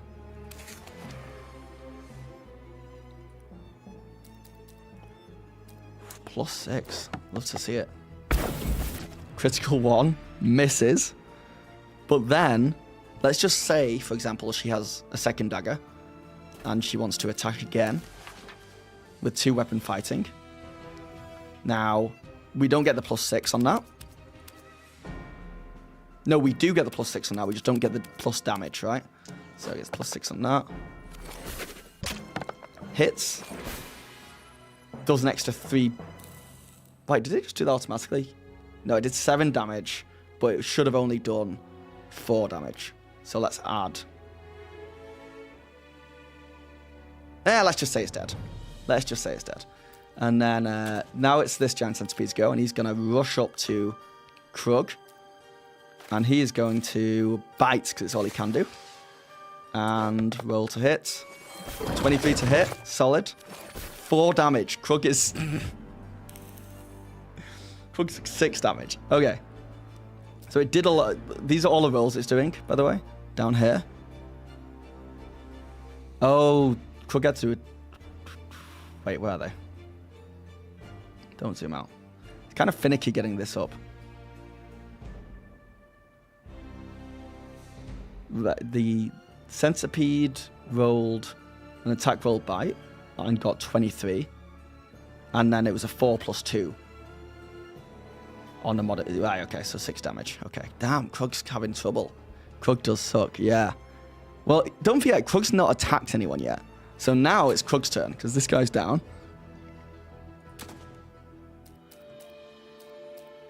It's cool to know, it's cool to know. We've also not been doing bonus actions or anything like this. This has been a very simplified playthrough, because one,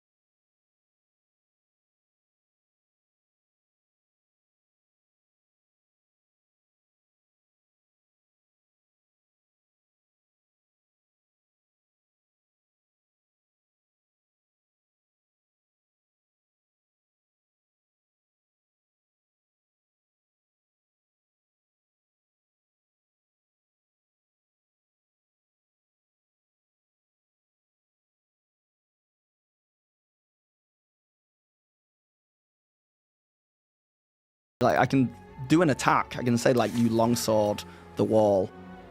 No, I can't. That's a good point. That is a good point. But I can just, like, roll. Right? I can just say... I can just add the roll up here. I can say, like, okay, you roll to hit on a d20. You have a +6. You roll to hit the wall. Right? And he crits on the wall. And then we'd roll damage that way. Like old school D&D. Vex, weapon mastery giving advantage. That may very well be it, X. May very well be it. Now, for the people who are fearing that this is going to affect... I don't think it's going to affect, like, anything too negatively. One thing it could do is it could mean that DMs rely on this, which isn't that much of an issue, but it means that, like, for example, there, I could DM this and I would never know why it was getting advantage because I'd never look into it. I would just follow the game. So I'm not really learning how to play D&D in the same way. And I wouldn't be able to improvise as well outside of the game mechanics. I can see that being a bit of an issue, but that's on the DM not going out of their way and reading the books and learning, you know?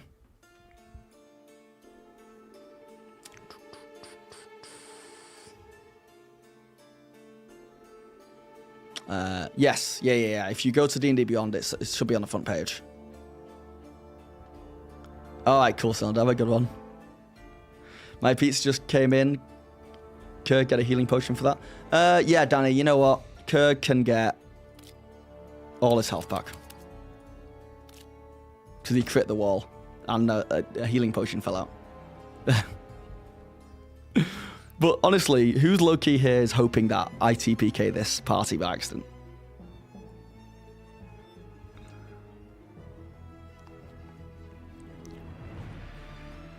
The issue's already there with D&D Beyond character sheet roll and get. Yeah, that's true. I rely on auto rolls doing. But I have to say, that was incredibly fast combat, right? Because it did that stuff for me. I didn't have to think about it. It was like really fast combat, which was nice. All right, so these guys are dead, so I'm just going to throw them over there. Though I can also just delete them. Ba-doop, ba-doop. And then I can grab the whole party. Like so. Oh, I can leave encounter mode. Go back into free play. Close. Selects everyone. And they... Can I not? Wait, how did I grab them all before? Okay. Throw them into this room, and let's see what is next on the agenda on here. 141 out of 1,141 files downloaded so far. Ooh. It is a big boy. I do wonder if it needed to be this beefy and this, like, resource intensive. Ooh. Ooh.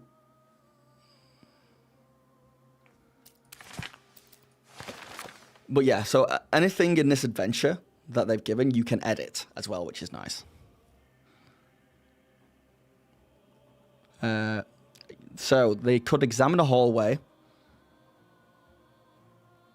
Characters have disadvantage due to light obscurement. A successful check discovers old scorch marks on the stone walls and reveals the hunting traps hidden among the fungus. Oh, well, we knew that. They just got hit by a hunting trap. And yes, they could have identified the fungus before they exploded. We didn't do that. They just exploded. Then we fought the two giant centipedes. Beyond the door at the far end of the cavern is crude wooden elevator, which I guess is what we're looking at here. A simple lever at the top and bottom raises and lowers the platform, which can hold up to 4 small or medium creatures at a time, which is our guys. Characters who reach the upper platform see a flickering light ahead and hear the sound of a small combat. Award an extra 200 XP for overcoming this encounter due to additional hazards. Would that level them up to level 3? Screw it, we're not playing that way. So, let us grab the 4 of them again. kind of finicky for like grabbing all of them. So I want to get them up top there. There we go. A lot of this is just operator error, by the way. I'm quite bad at picking up operating stuff like this.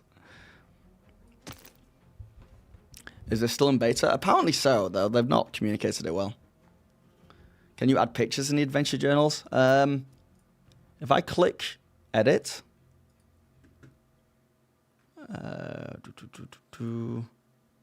new, click to enter text.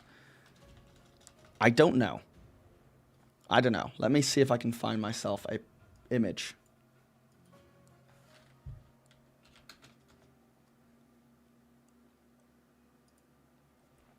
Hold on.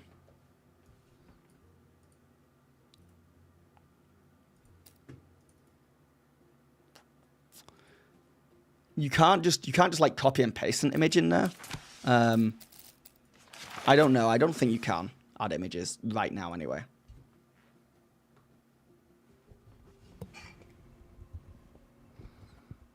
It would take a lot of Dwarven Forge to recreate this dungeon. That's true. That is true. And yeah, maps are in beta. This is probably gonna, if this is still in beta, which we're presuming it is, I believe it certainly won't be up to like scratch where people would recommend it as the main way to play D&D online for like another year or two, in fact. There's also a marketing trick. As long as they're in beta, they're allowed to have bugs and stuff, yeah. Can you showcase an illustration?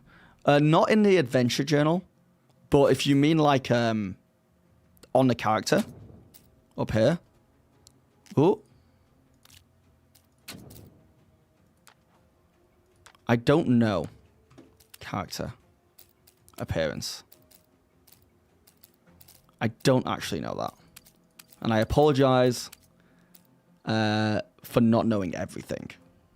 So this feels like a complex system. If I was gonna give it any feedback, I would say that there's a lot to this, and I do not believe like the guides and stuff really dig as deep into it as they could. So there's a lot of stuff I don't know how to do yet. So let's move them down, and this is where they see the prisoner Creeler.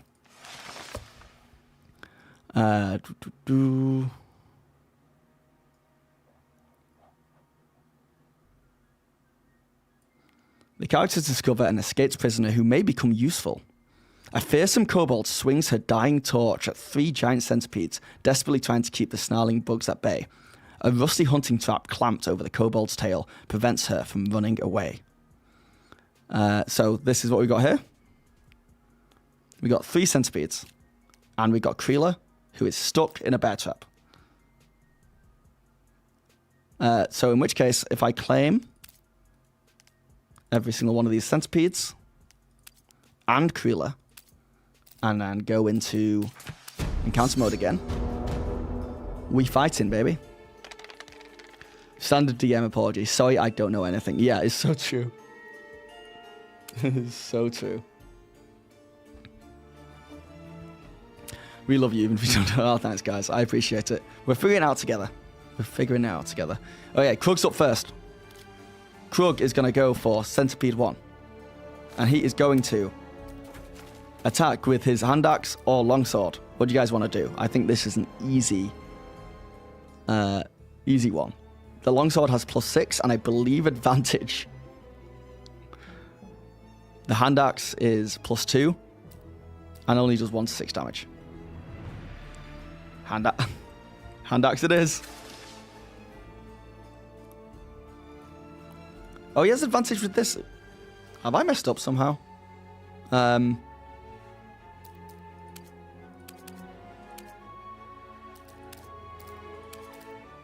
I think because I put advantage on it earlier, it stayed on, maybe? 16 to hit.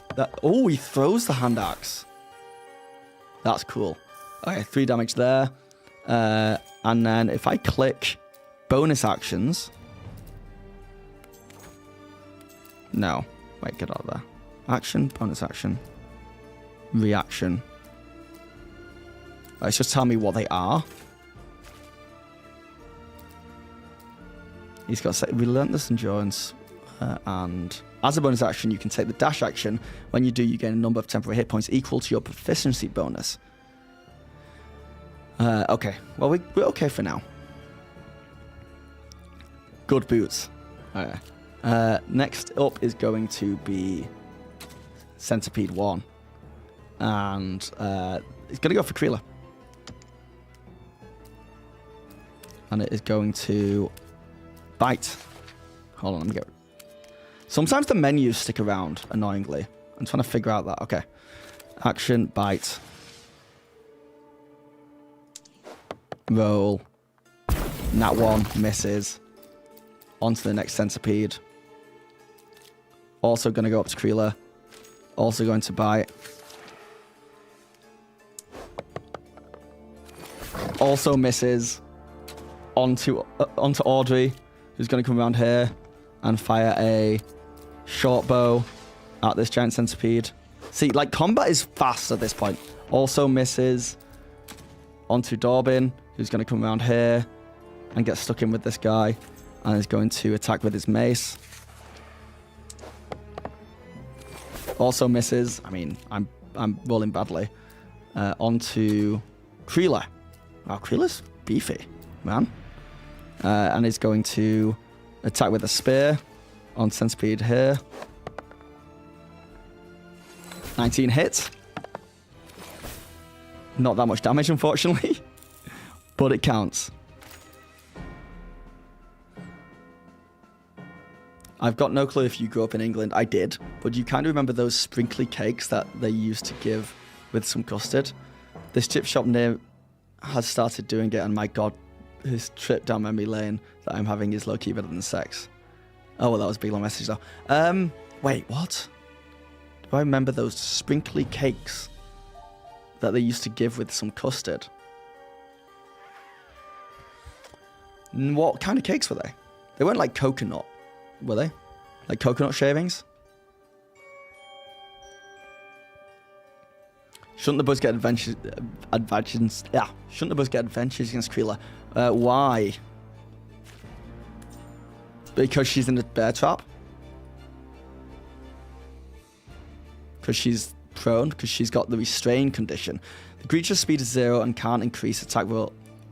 Attack rolls against it have advantage. You are right. 100% correct. Yes. Yes, they do. Okay, we'll deal with that from now on. Kreela could just do the...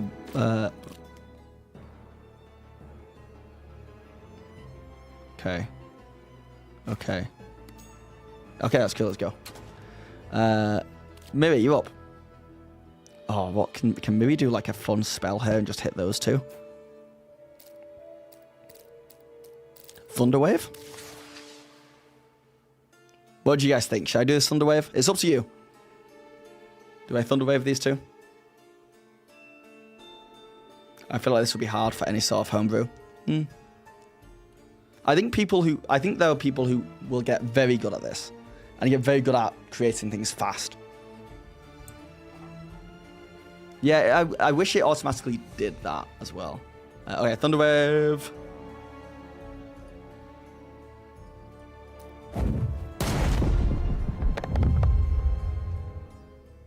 Not gonna lie, that was underwhelming for me, but it did 5 damage to both of them.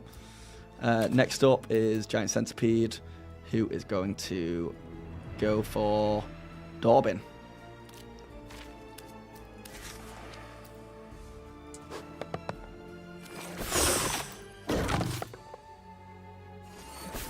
Dorbin is half health. And then we're back to Krug, who is going to be mad, and I'm just going to take this one for you guys. He's going to want a long sword, this bad boy. Oh, so he just has advantage on these things. So I'm not sure what I did. I randomized his character sheet. So if anyone knows why he's getting advantage, I don't think it's flanking, Brojo, because that's still an optional rule. right? Isn't it?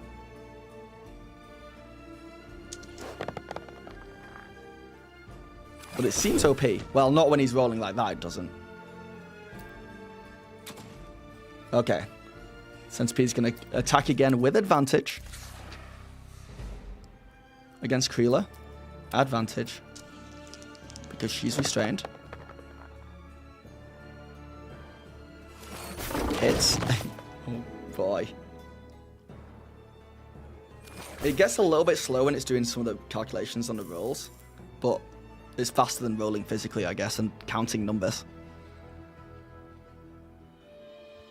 Just look at the Tail Spy community. Some of the builders who have been working in that 3D VTT, like Genghis or Stella Istari, are bonkers. Yeah.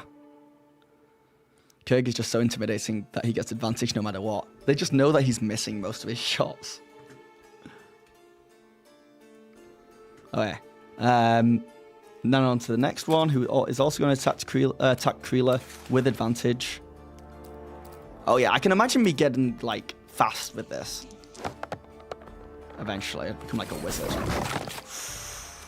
3 damage again. Creela is not quite bloodied, but is getting there.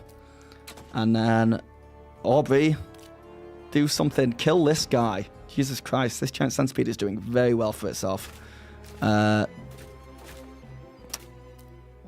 Wait, features look. Sneak. Oh, shit. She would get sneak attack. For sure. So if I just click sneak attack.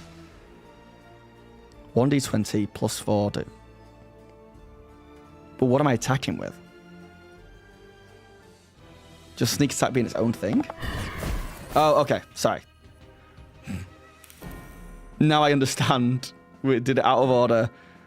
She has snuck attack. We're now gonna attack with the short bow. Normally. And if she misses, we'll bring that centipede back up. But also, can you guys remind me? Because she's a rogue with sneak attack, she gets advantage because this centipede is next to an ally, right? Flanking is an optional rule. Yeah, it is, yeah. That's correct, rogues get advantage? Okay. Oh my god, rogues are crazy. Crazy. Okay, so it hits. So that's deleted. Okay, nice work. Onto Dorbin, who is going to let's do a spell.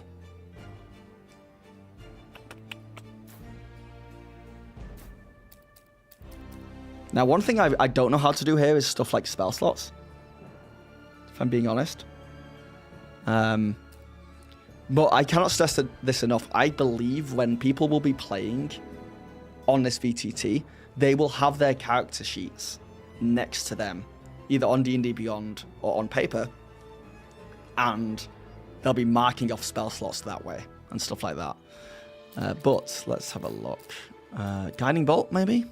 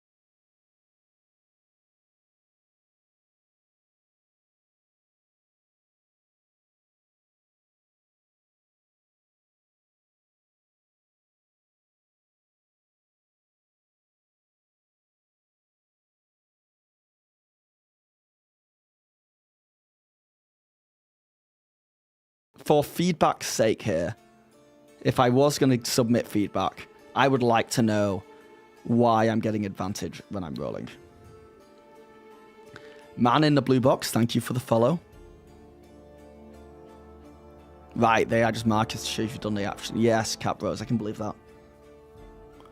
Do the dice roll on the map. Yeah, check it out. Let's go. Oh my god, this is a big map. Let's see if I can hit Kurg over there. Nice. Nice, okay. That guy's dead. And then we'll go next up. And Miri is always fun. We are not... Yeah, let's see what Magic Missile does. Actually, let's, just for the fun of it, let's move her, like, way back over here. And... Magic Missile.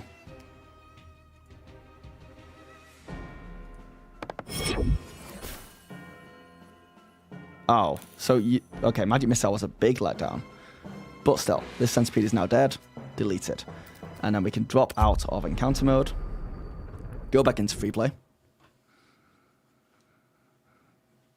But if they have those, maybe they also include markers for spell slots. Yeah, it's a weird one.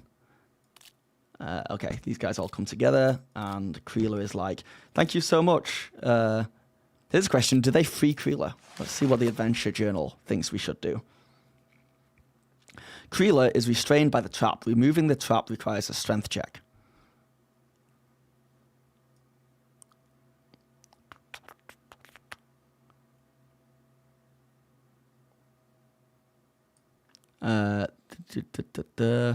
She expresses her appreciation to the characters, then rarely asks if they are friend or foe of the Bug Baron. Can I get, just in chat, either the word friend or the word foe? And we'll go with what we get the most of. Are we friends or are we foes? Stealth missile, yeah, hidden missile. Got one foe.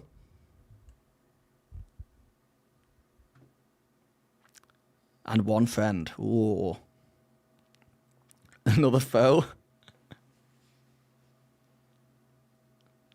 Another friend. Oh, another foe, another foe. Okay, foe's winning.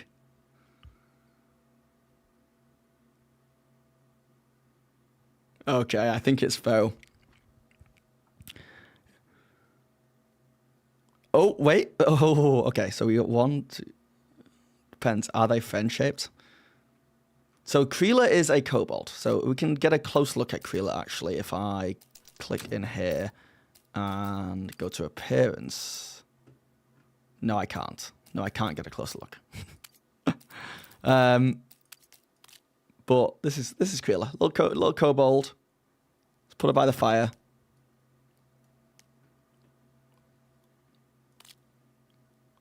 Turn her around a bit. Do a spin. So what Kreela is asking is if we are friends or foe of her boss, who is a bad guy. We're relatively sure. EP Thought says cheese. I think that might be the winning vote. Kreela asks, are you friends or are you foe? And the party unanimously chants cheese.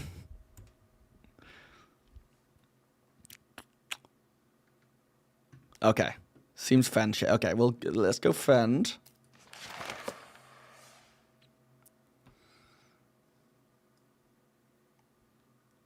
If the party answers friend, she grimaces and leaves without further conversation. If they say foe or express confusion about the question, she conveys the following information. Well, let's say we said cheese, which I would say is confusion. Thank you, Jeff Hall. I got it wrong. Friend or foe against the bad guy. Against her people. So let's pretend we said foe. We get the following information. The Bug Baron is a warlord who leads a small group of goblins who are enemies of her people.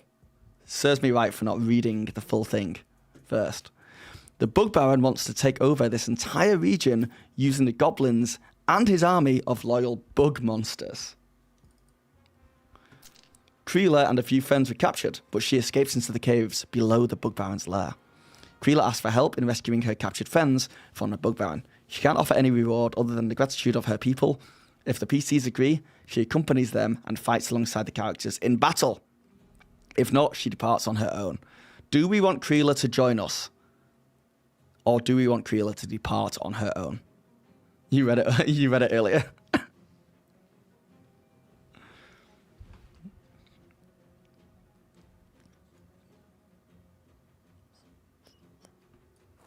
But yeah, I'd say type 1 in chat if you want Creela to join our party.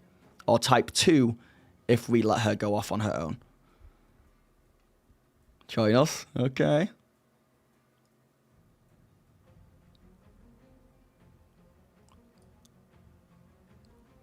Or 3, kill her. Yeah, there is the other option. If she's staying, she needs a cool nickname. Yes, what are we thinking for a nickname?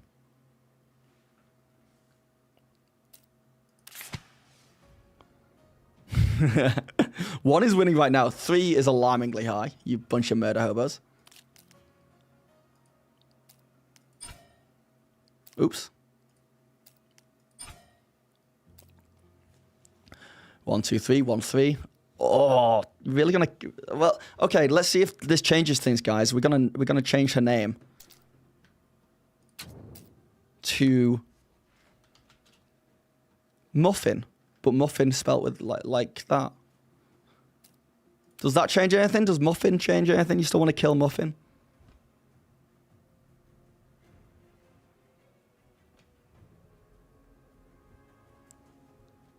Imagining when Chris Perkins play. Yeah, if we take her with us, I'll make sure that Muffin is an absolute suicidal psychopath.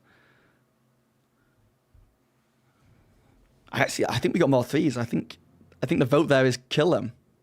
You want to eat Muffin now? Okay, Muffin was bad. What about?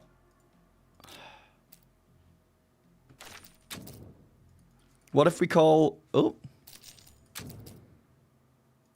What about if they're called Jeremy? Does that change things? But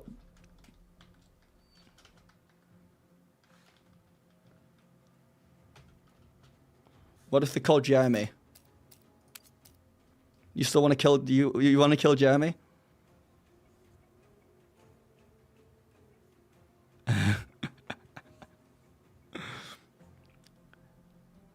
Hell yeah, Jeremy. Okay. He fan. Jeremy's. You like Jeremy?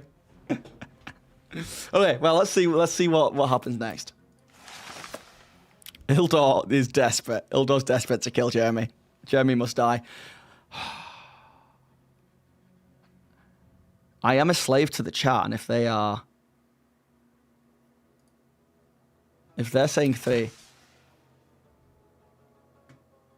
then Krug is gonna walk over.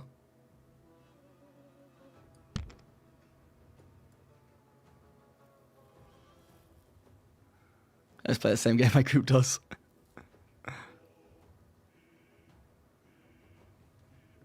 I'm gonna do a vote. I'm gonna do a vote because I've lost track of the numbers.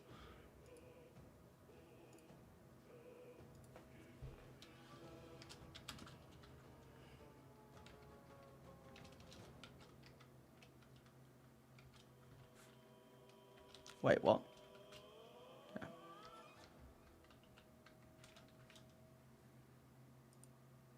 The poll is on YouTube.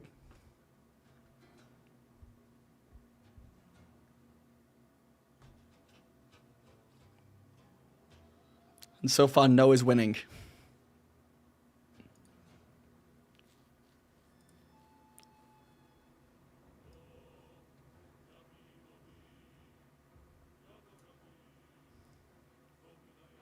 Oops.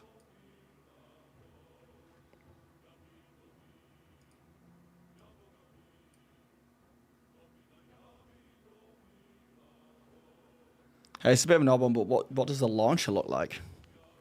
It's only illegal if you get caught. There are no witnesses down here right now. But most people are saying no. Most people want Jeremy to live.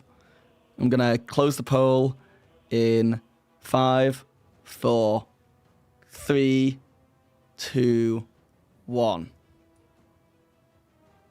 Okay. He survives. 63% of people said no.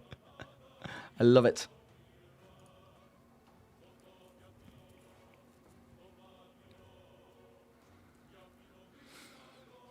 I can't remember exactly what it looks like, but I know it didn't like install it into my computer. I had to keep using a launcher to open it, which was weird. You want muffin? Yeah.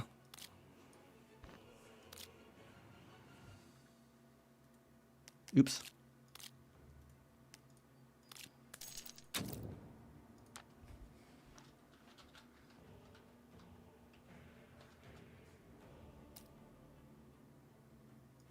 Jeremy should become the new Bug Lord. Yeah, as soon as we meet the Bug Lord, he'll be called Jeremy. Yeah, I think there's quite a learning curve here, Jeff. I'm still struggling to kind of control everything. I also have to say, I don't know what it's like on other VTTs, but there's obviously a stylized choice here to make things very dark and dungeony and have bright lights and stuff. It's kind of hard to see what's going on now, you know? In the chaos. Okay, Krug is joined the family. Not Krug, sorry. Muffin has joined the family. Get down from there, Krug. What's next? What's next, Journal?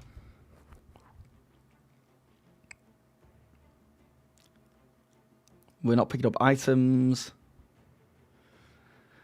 Goblins loyal to the Bug Baron hunt for the escaped prisoner. Glowing crystals glow dim. Okay, so I guess that's in this next room. Glowing crystal growths dimly illuminate minecart tracks that crisscross the room ahead. A crouched goblin peers at the dusty stone floor below, while a few others stand nearby. Hey, how many toes do kobolds have? The crouched goblin asks. Those are bug tracks, grub for brains, replies another. Remember, the Baron set a whole pack of him down here. Hey, do you smell that? The wary goblins catch the scent of the adventurous and combat ensues. Where are these? Oh, I guess. Okay. So. Let's grab our blokes. Yeah, it's kind of hard to like... There we go.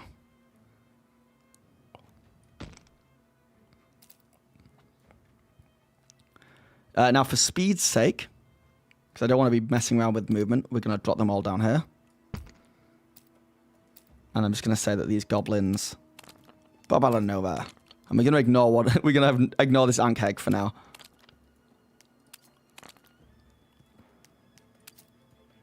Going to claim each one.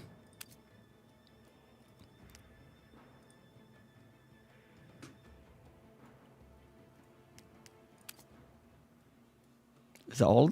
I think that's all of them.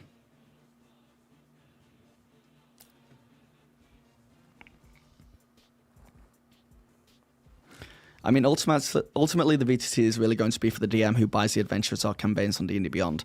And I'm sure when you buy it, you hopefully will get the adventure in a VTT ready-made. That would be nice. That would be very, very cool, to be honest. Okay. Let's go into encounter mode. It's the big encounter. And we're going to speed run this. I'm going to run.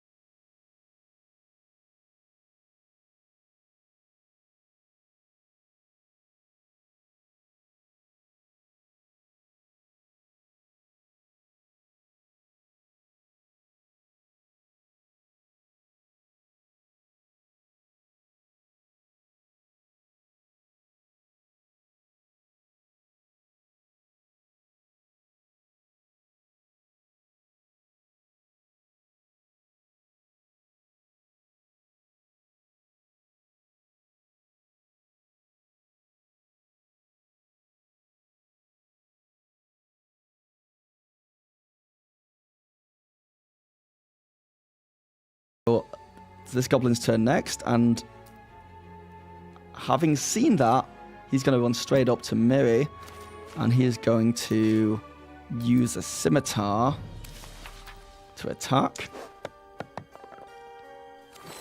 10 hit. For 2 damage, Miri is a glass cannon, and is now half health. And then we're going to go for this goblin's turn, and this goblin is also going to go for Miri, because that just makes sense, and he's just got hit. And he's going to scimitar. Maybe. For a hit. Miri's down. Where is unconscious and dying?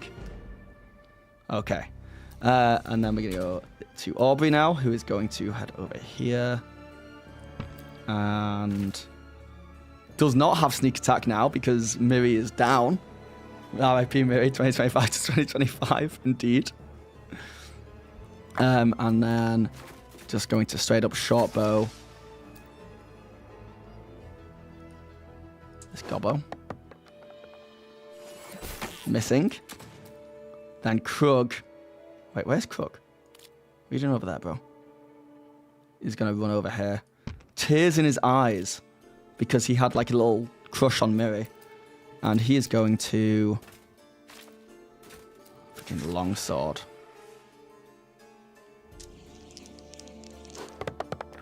No advantage that time. And miss. Okay, Muffin, you're up. You're going to go over here. And you are going to throw a spear at this Goblin Warrior, who is impossible to hit, I should add. Okay. Well, next up is Dorbin, who is going to... Can anyone see any heal spells there? Healing word.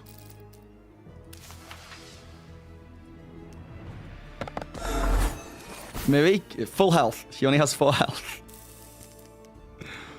It's going to remove... No. Remove the unconscious thing. And then it's Miri's go again. And Miri is going to cast... Thunder Wave. Yeah, screw you guys. Okay, this one's dead. This Goblin Warrior angrily is going to get as close between these two and is going to go for Krug this time. With the old scimitar. The crit hit. And almost kill Krug. Whew. Yeah, Krug is in love with Miri. I think that's fair. And then... Aubrey is going to... Let me get a better view what's going on here. Move around here. And get sneak attack damage now, but she's just going to fire a short bow to start with. So she's got to hit first.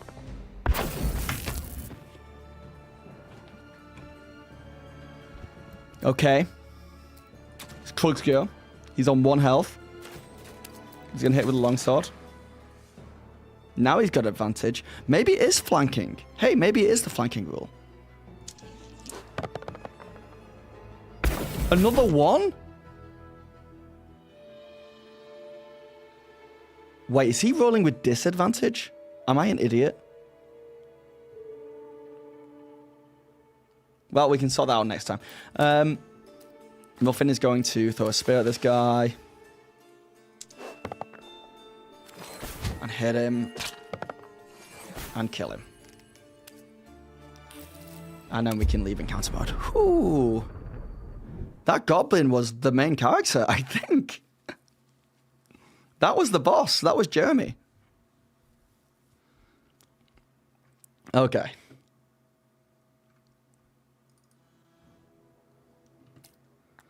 What next?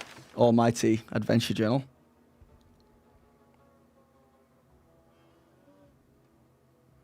At the start of round 2, reveal the goblin sharpshooters. I'm sorry, what? Is that them?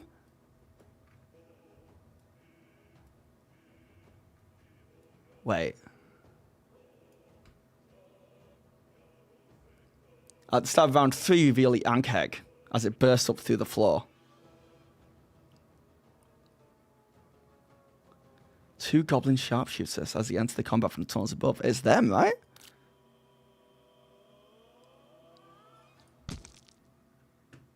Yeah. So let's throw them up there. And the Ankheg. So, reveal. They thought they were out of it.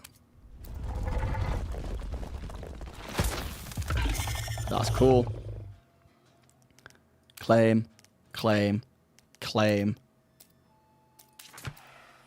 And counter mode, baby.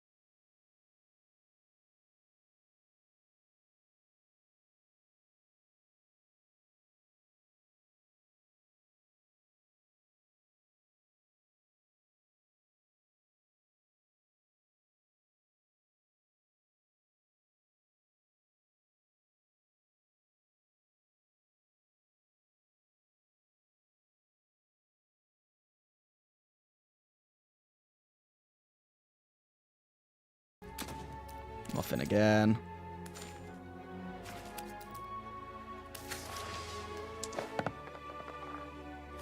Yeah, I gotta say, the speed that I can just go through these roles when I'm in control as DM and I'm doing everything is pretty fast.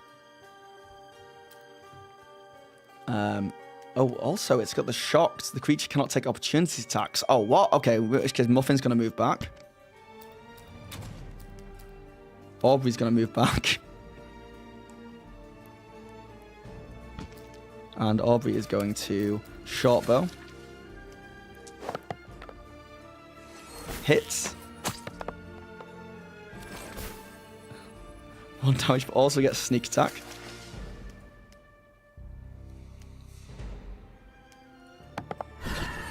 An extra 3 damage. Is it dead? No, it's still standing. Oh my god. And Miri is going to...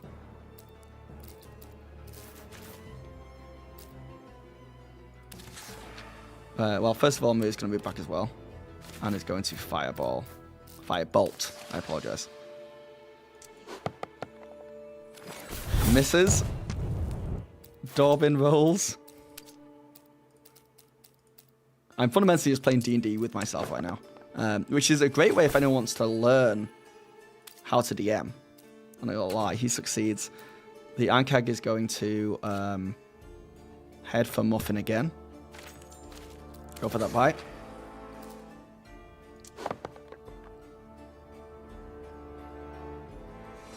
Misses. We are getting very lucky here, guys. Krug's down. It's fine. He's not doing anything else. And then Muffin is going to hopefully finish this guy for the spear. Aren't we glad we didn't kill Muffin? Nope, Muffin misses. Okay. Short bow. There it is. Surely there it is. Yes. Deleted. Out of combat. Pretty tense stuff. Hello, love you, but this looks like a bad video game. I'm enjoying it right now. I'm enjoying messing around with it. I could have missed it. It seems like the arrow hits, then the dice roll happens. Like, it rolls for damage automatically. If that's what you mean. But it doesn't roll sneak attack automatically. I don't think.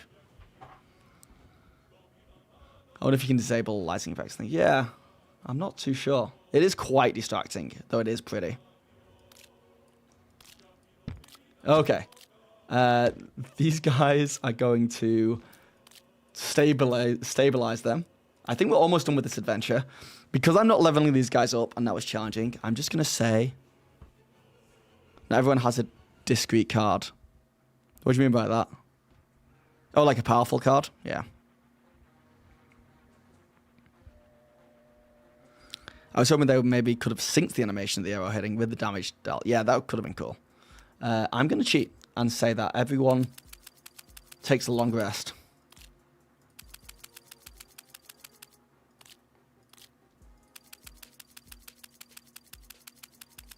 Because as a DM I can. Maybe he's freaking kicking ass. Okay. They chill. They have a nap for 8 hours. They get everything back. And then they're going to move into the next area. Let me get rid of these unconscious. Oh my god, I keep clicking poison by accident. I don't know why.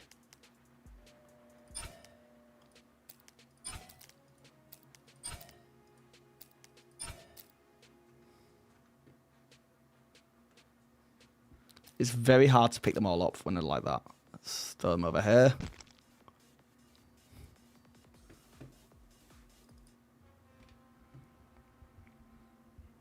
Looks like video game, but it's another tool to play D&D, just like Roll20 with higher graphics. Yeah, this is all it is.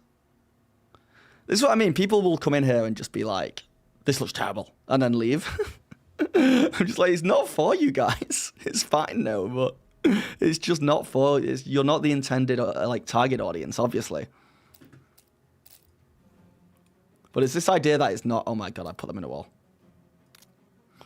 It's this idea that nothing's subjective, that it's either good or bad, or evil or, you know, morally good, and it's just this, yeah. It is a shame it's Windows only right now. That is a big shame. Hopefully, yeah, they can get it out on everything. Hopefully.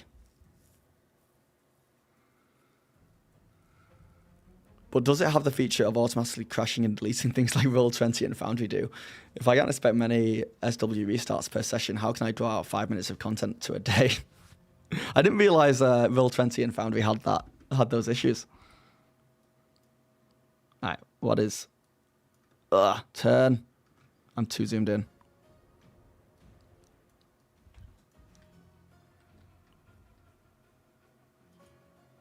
Exit to Act 3. Right. Reveal. All right, so they would head into Act 3. I'm going to do my old copy trick. We're going to have a look at the adventure journal. We defeated the skirmishers, the sharpshooters, and the Ankeg. Any character moving onto the elevated tracks must roll a dex check. A fail means they treat the tracks as difficult terrain. We're not doing that, but it's good to know it's there. One of the goblin skirmishers carries a bag that holds 50 gold pieces and some charlatans die. Cool, they can grab that. The uppermost exit, where the goblin sharpshooters entered, leads to the bug baron's lair. If present, Creeler leads the characters in that direction. Otherwise, characters notice that most goblin tracks lead that way.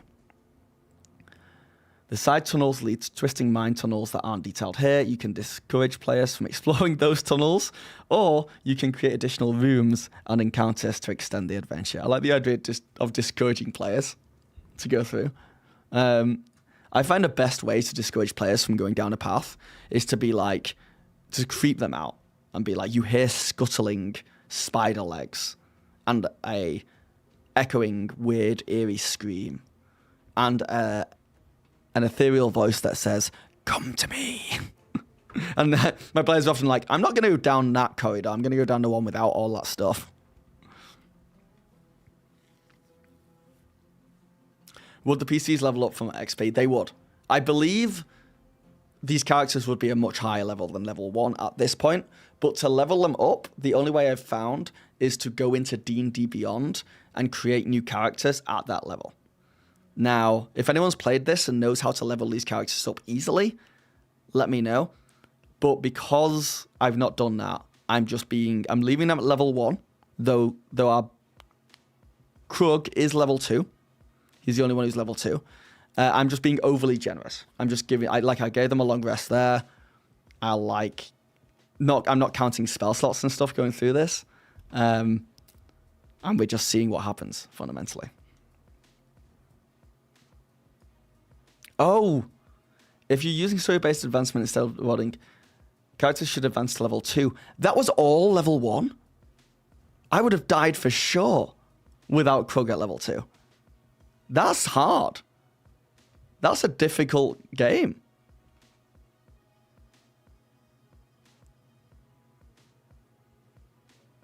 Where do their stats come from? These guys were pre-made for this adventure.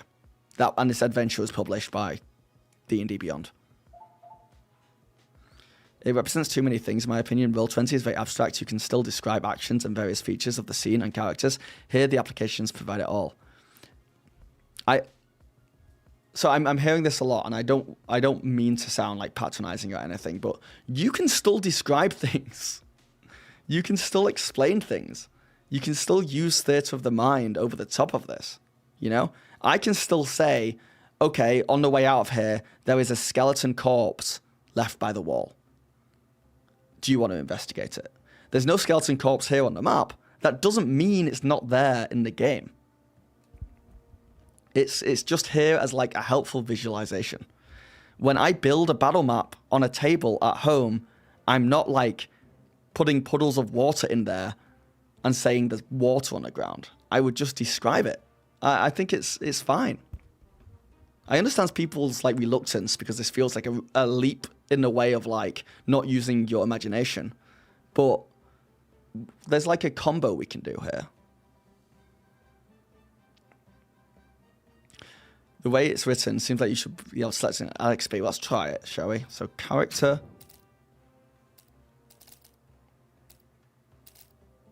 So I can load monster data, I can load characters from clipboard, and I can choose from D&D Beyond.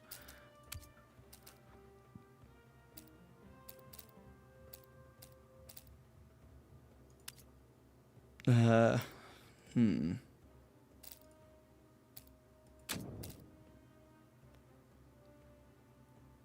guess I can just like up things, but I don't want to do that.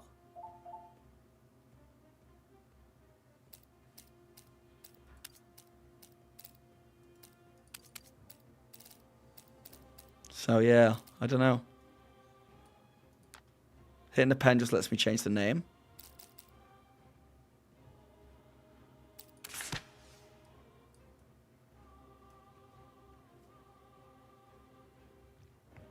Could I add a skeleton corpse if I want? You can add like a mini that's a skeleton and just say that's what it is, but feels like a lot just for... It's a tool. It does the being a tool thing pretty well. Yeah, I agree. But I'm also just fighting back against people who are so adamant that this is like going to be bad and is bad. I'm just like, give it a go. It's not going to be good for every table, but it might be good for some tables. Might still be limited due to beta, maybe more stuff on the way. I 100% think there's more stuff on the way. My GM is all about the rule of cool, so even on Foundry with all the graphics, they'll ask a player that kills a monster what that look like as flavor text.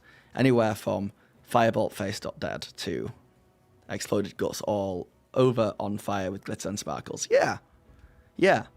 This isn't to replace Theatre of the Mind. It's there to be like, hey, this is the kind of environment you're in, and this is the distance you are away from the enemies, and this is potentially what the enemies look like.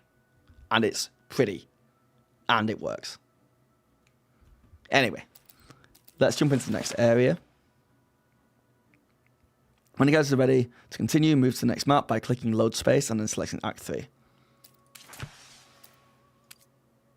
Infestation situation. The fact that you need to keep explaining that is kind of sad. Yeah, I'm sorry if you've been in here for a while and I'm repeating myself.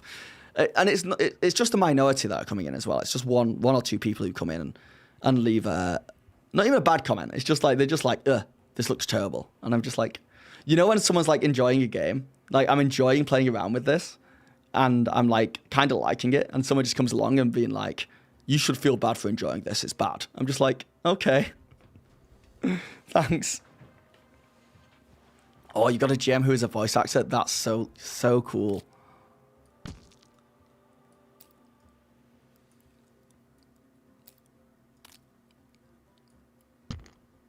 Why are bros hidden? Real law.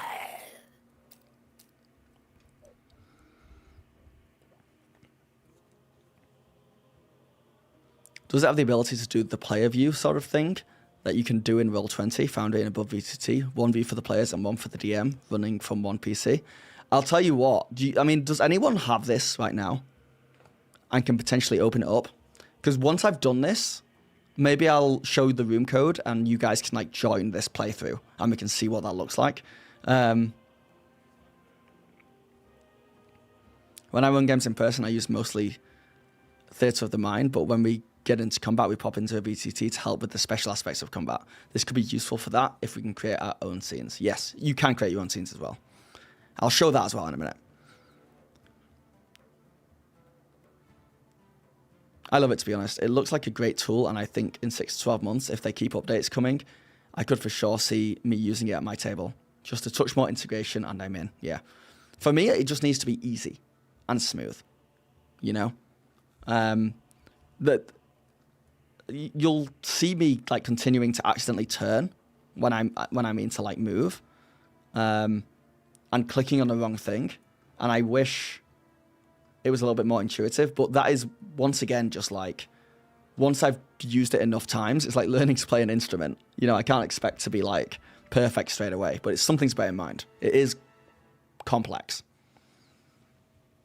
You're not restarting it, your laptop. Yeah. Keep your electronics safe. Hopefully it doesn't suffer from the WotC Hasbro effect. Yeah.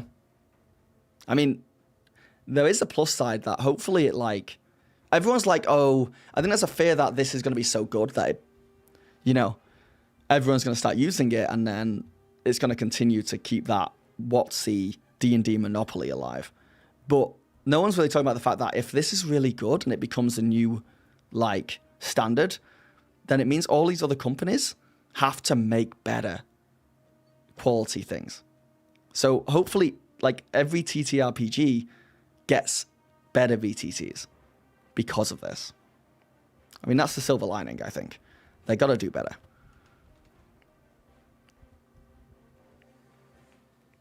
You have your work here. All right, Jeff, have a good one.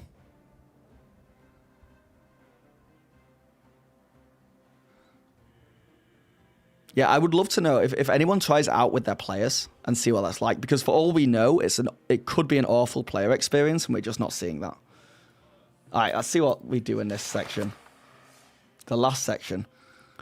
A strange mystical barrier granted a bugbear the power to control bug-like creatures.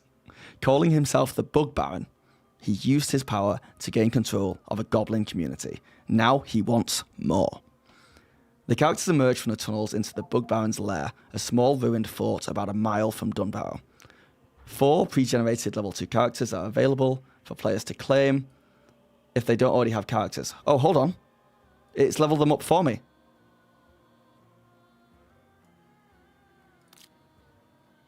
No. Are they around here? No. Wait. Last time it just had the 4 pre-generated people out. Can anyone see any other pre-generated characters? Don't look at all that. Don't look at that. Don't look at that. That's spoilers. Don't look at that. Ah, no, that's them. Escape from tunnel. Level 2 characters. Aha. Wait, what? Huh?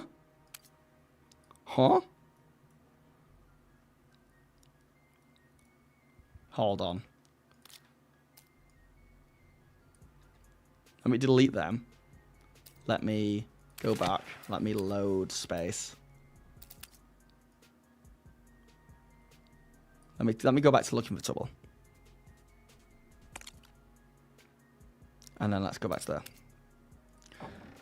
I think you need to click claim at the bottom left. That claim button works when I select a mini, so maybe you're right if I click on level 2 character. No, claim's not there.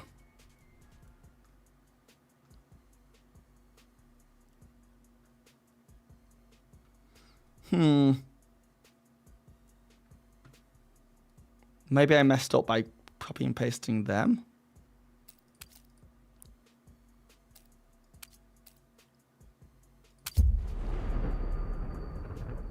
Oh, was I still in encounter mode?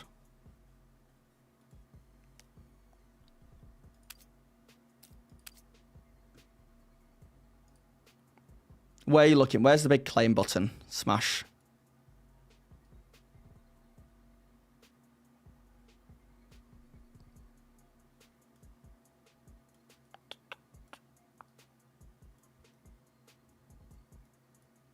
Yeah, it looks like I think there's an issue with where they should have spawned. And you know what? I'll quit out and I'll rejoin the game.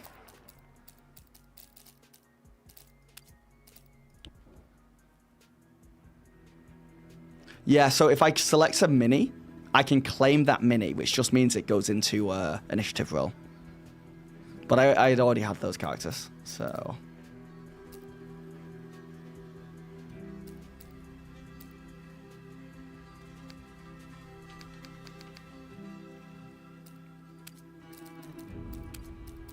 Don't worry, we're going back in. We'll make this work.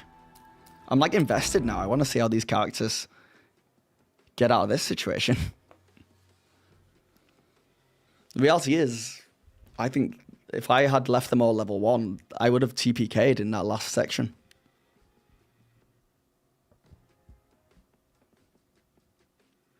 Boom, boom. Okay. So, now we're back at the start. And these are the level 1 guys, and they're just here. But now if I go straight to the infestation situation, they're here now.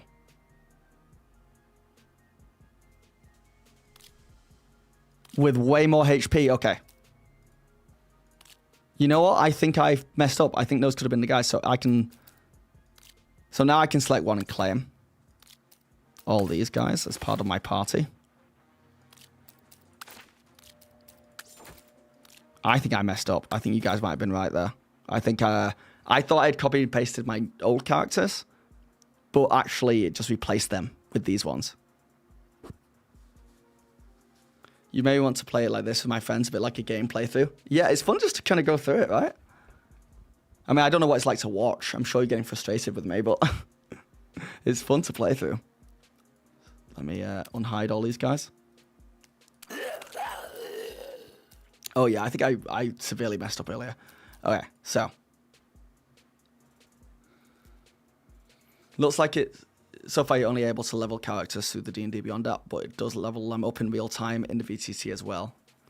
How much is it? You to play what I'm playing through, the way that I'm playing, you need a master tier subscription on D&D Beyond, which is like $6 a month, I think. But I think you can play through like this and other things for free with the basic, which you just need a D&D Beyond account for. Is there a music system? They say they want to start making that, and it's going to come in an update. So far, all I know is that right now I'm playing Baldurs Gate 3 music, which is what you can hear. When I go into combat, it plays its own soundtrack, which we'll hear in a bit as well. So let's see what happens next. Oh yeah, so it explains if Creela does not accompany the characters, remove her mini. Well, she did. Just outside the tunnel is a locked door. It can be opened with a dex sleight of hand check. Or broken with a strength athletics check. A character proficient with thieves' tools may add their proficiency bonus to the dex check to unlock the door, and they gain advantage if they also have proficiency with sleight of hand. Alright, so let's see if they can get through this door, which I believe is just outside the tunnel. This locks the door, right? Let's have Kurg just straight up try and bash it down with a strength athletics check of 12. So, athletics check. 12 to beat, to slam through this door. Fails. So he's going to, like, step back with his arm hurt. Aubrey's going to step forwards. And she's going to attempt to lockpick it. Oh.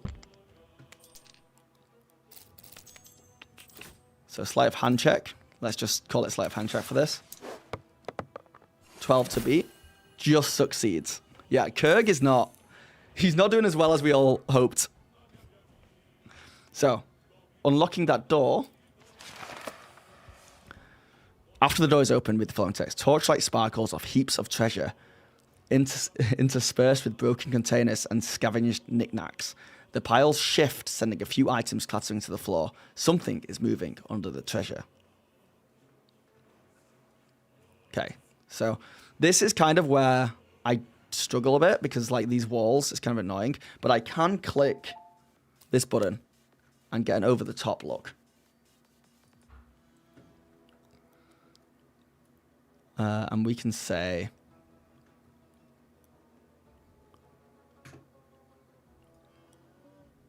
that all 4 of these characters kind of head into this room. Get in there, Creela. Get in there, Aubrey. Oh, crap. Okay, so this is the first... It's not an issue, but it's kind of difficult to, like, move around the terrain. So they all walk into this room. And they all run into the treasure. They jump into it like Scrooge McDuck. And that is when five giant centipedes. Can I select multiple with a shift? No. What about if I just grab everything and hide everything and then reveal everything? It did say 5, right?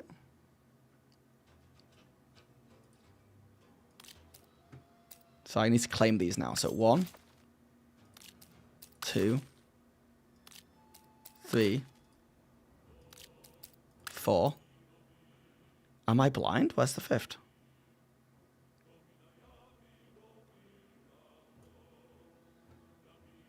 Oh, is it? Oh, that's the door. Okay.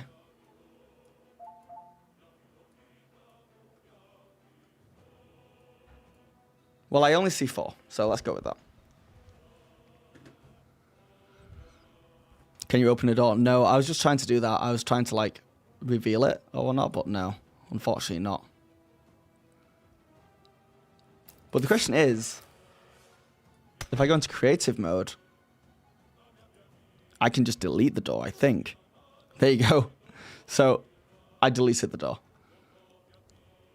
And then if I go back out of creative mode, door's gone. So that's kind of useful. Alright, don't do things. Have a good one.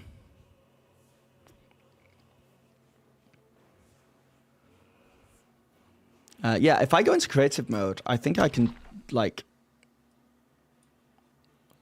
I can select all these chunks. You can see how they built it with squares.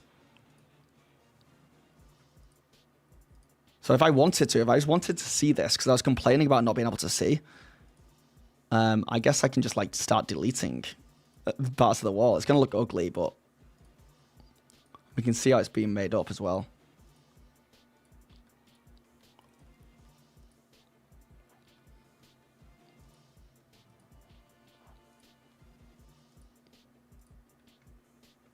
So I can just open it up a bit and get that space back.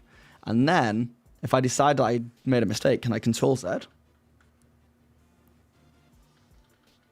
No, that's a shame. They should have an undo button for sure.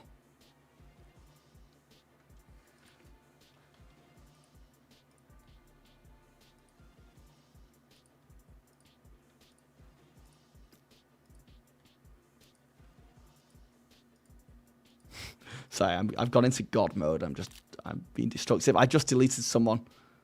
No. I deleted one of the centipedes. That's fine. Because I was supposed to be 5 centipedes anyway. So what I can do is delete this. I can leave creative mode. I can grab one of these centipedes and I can Control C, Control V. And because it's supposed to be 5, I can throw another one in there. Phil, you're taking notes to email him, right? Z just confused half the chats. Yeah, sorry, Z letter. Is this VTT free to play? Looks cool. If you want all the bells and whistles, you have to pay. You just have to have a D&D Beyond subscription. If you want to just be a player, I believe you can play around with some bits of it for free. Thanks to Stargate, I understood. Yeah, Rodney McKay just repping the ZZ argument. Yeah, you can join the game for free. I just don't think you can, like, build a ton of stuff like I just did. All right, let's do this combat. So, is Creelo in here? Yes, 1, 2, yeah. It's 5v5.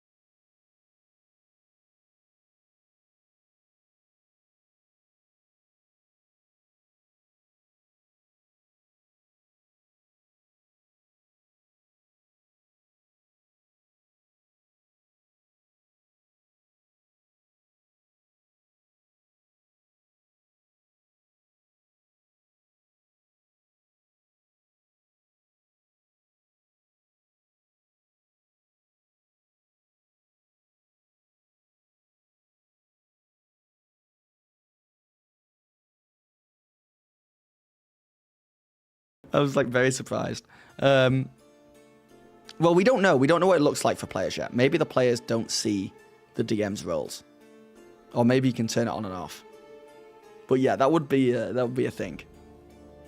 Canada, UK, yes, yes, yes. And they both say Z. What's up, Bill? How's it going, man? Yeah, what weapon mastery does longsword get? All right, Joe, have a good one. Doesn't matter. I'm using it. I'm gonna go for this guy. Yeah, he gets advantage with the longsword for some reason. Is that a weapon mastery thing?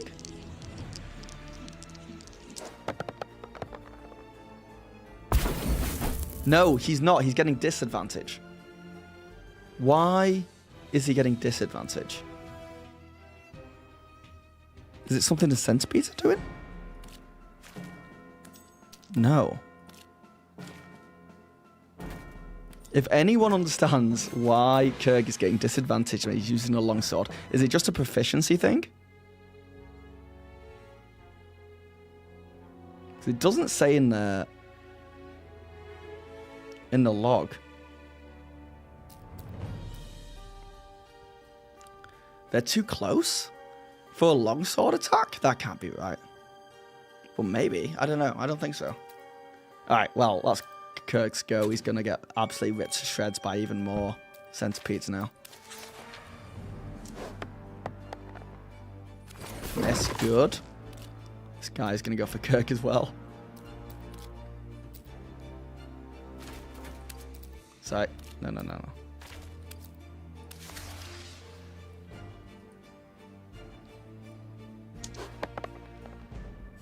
It's okay, they're all missing, they're all terrible. Now we can start doing some fun. Audrey's going to go over here, and she is going to attack with the short bow, and she's going to go for this centipede, and she's going to roll it. We're nat 20. And it's dead. Oh, that's a shame, because she got sneak attack damage as well, but... oh well, we'll take an insta-kill. Delete that from the encounter. Next up is going to be Miri, who is going to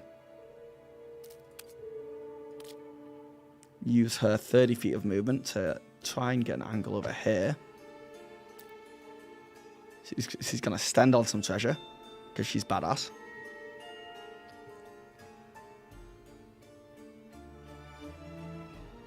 Can you change the way the crit works? Can we add custom rules to the system?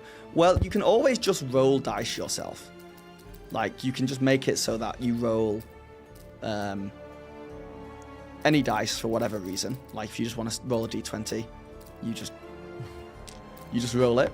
And then you can be like, that's a 9 plus 4. Like, however you want to handle crits. And then you just manually take the health off. Like, you can go old school. No problem if you want to do anything like that. But whether you can, like, change the automatic code of it, I don't think so.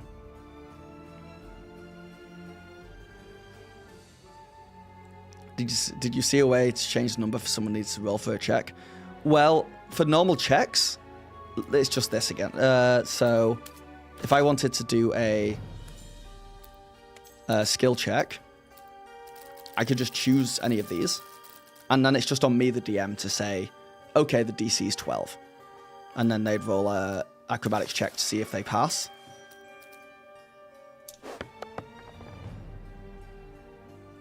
And they got an 11, so they didn't pass, right? So it really is, you still have to do DM stuff. It's not a replacement for that, which I think is a good thing, to be honest. All right, so... yes, Mimi is going to use... Now, what I'm interested in is, like... we've had fun. Let's do Burning Hands. Can I kit? Oh, we're going to have to go down.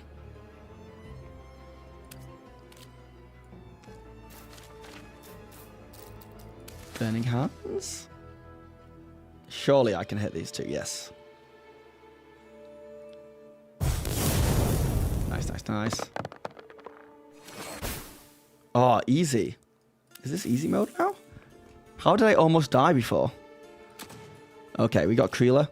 Kreela's just going to throw a spear at this one, see if she can kill it. Come on. She did. She killed it. He's going to move over here. And then Giant Centipede gets a turn. And this guy is going to, of course, go for Krug.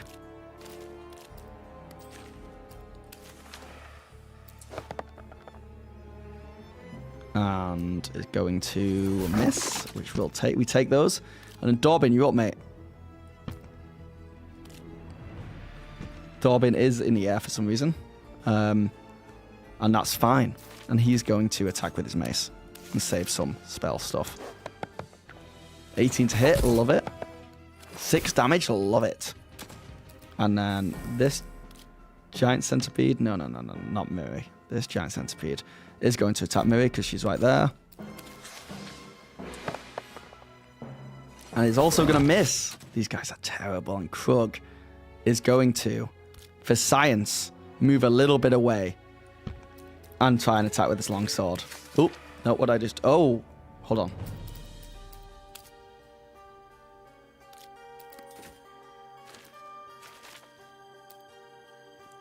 Oh, I chose task command. Attack longsword. So, obviously, okay, it's out of range now. If he gets a little bit closer...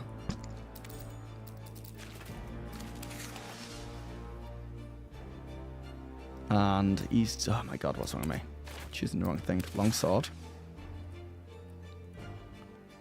He's still disadvantaged. Still disadvantaged. Okay, I'm going to ignore that. Oh, I'm not. I'm going to take it. And say it's dead, even with disadvantage. But I would love to know what I'm doing wrong there. It's probably something really obvious. Next is this guy who is going to attack. Is he possibly prone? He doesn't have anything on him. Because it would appear there.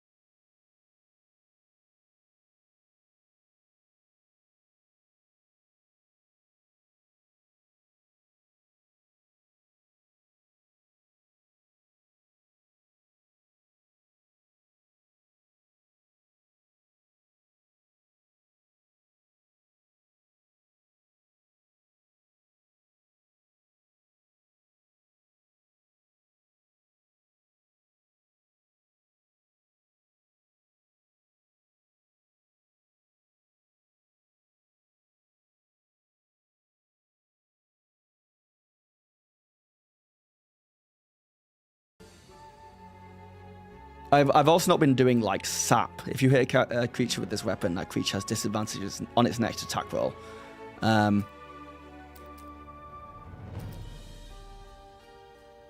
Yeah, I don't know. I'm just going to turn it off. Maybe next time. I'm just going to be like, you're fine, dude. You don't need it. Attack. Bite. Haha, you're bad. And then Audrey can get in here with a dagger. Sorry. That keeps happening. I keep grabbing the wrong thing when there's a lot of minis on here. It can be hard to see what's what a little bit.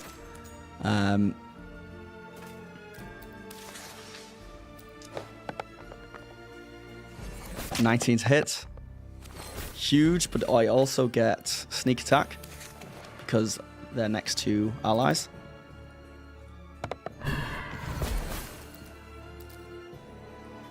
Oh, almost dead. Okay. Maybe get in there and just hit it with your staff.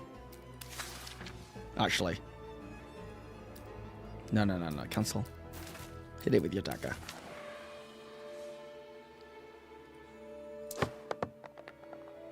Easy. Dead. Now we can... Oh, no, there's still one left.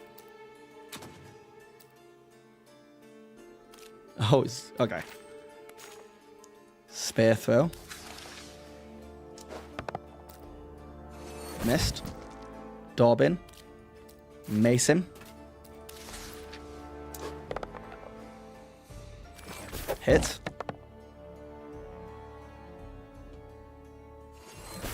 Almost dead. It's its turn. It is going to attack Dorbin. Missed. Yeah, these guys are bad. And Kerr is going to come in here. And he's going to attack with a longsword. And now he's only got a single dice.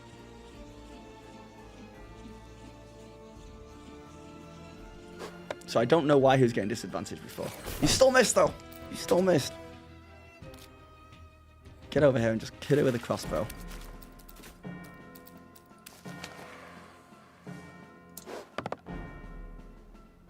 Okay, Aubrey is, like, doing work. Aubrey's solidly doing work. Delete. Get out of encounter mode.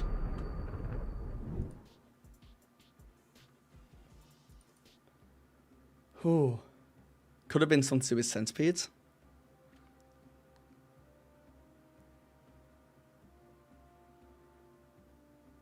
He was poisoned.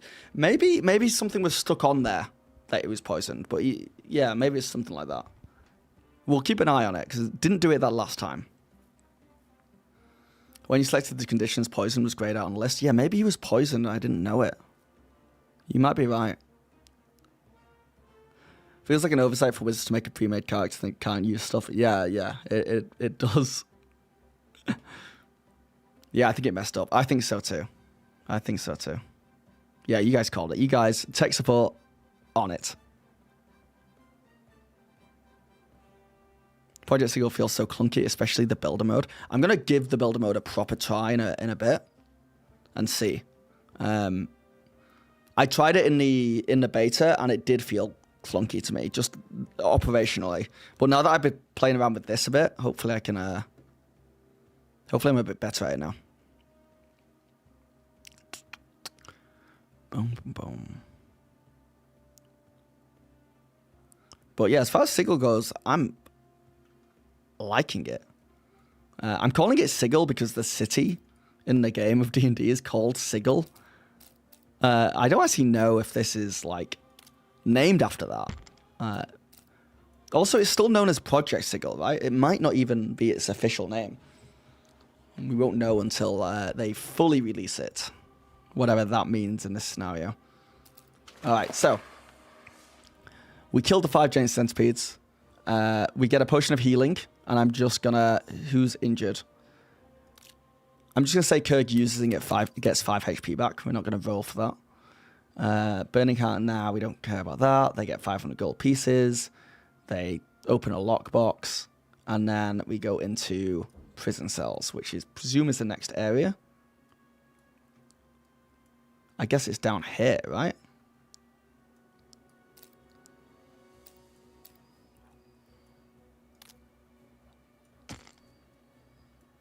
So they go to the prison cells. 2 kobolds sit forlornly inside locked cells. The larger kobold narrows his eyes as you approach. He shakes the rusty bars of his prison until a smaller one, curled up asleep in the bedroll, wakes up. If Creela is with the characters, the kobolds recognize her and become quite animated. Creela is with the party. So we'll have Creela move forwards. I've still got this guy. We're going to ignore that for now.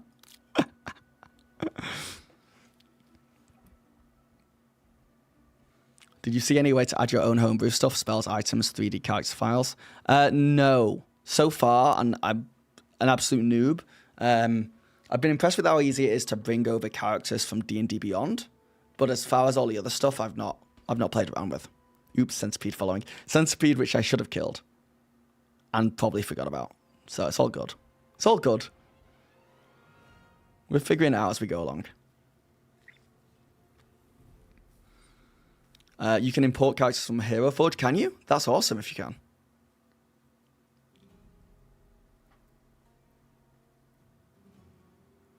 Paid or just built? So you have access to this if you have a D&D Beyond subscription. Okay. Creela, what are you doing here? Asked the larger kobold. And who are these people? Creela gestures towards you.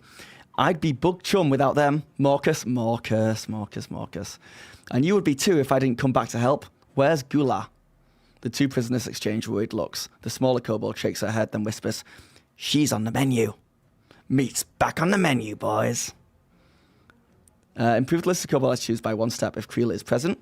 Okay, so they've got like Itchy and Marcus are the two kobolds, and we're doing the old how the characters react to them affects their rating with them.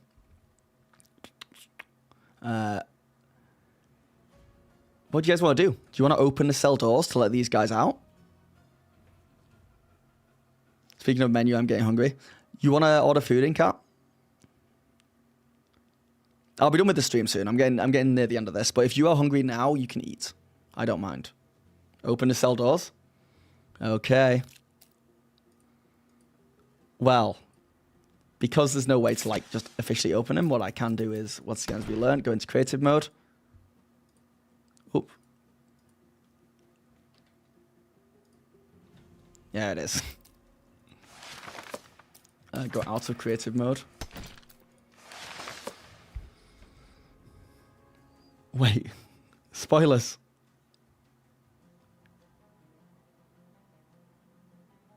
Oh, I was supposed to use a dex sleight of hand check or strength check to open it, but we'll just say we managed it.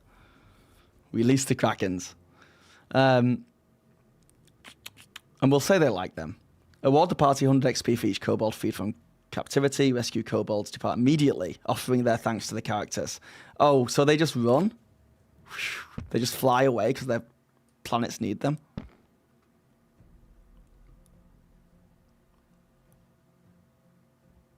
If the entire party is knocked out during the adventure, the Bug Baron orders them locked here. Their equipment is put under the treasury. That's cool. If the party cannot free themselves per the following dawn, they are brought before the Bug Baron to be fed to his giant scorpion. Spoilers, again. Get some sushi. God check. Okay. Yeah, we've got stuff in the fridge we need to eat before we go to Japan. Let's move to the next area, I guess. I wish there was an easier way to select them all and drag them all. Because I keep messing up. And now I can't, like... I've got to do it bit by bit. It's kind of annoying.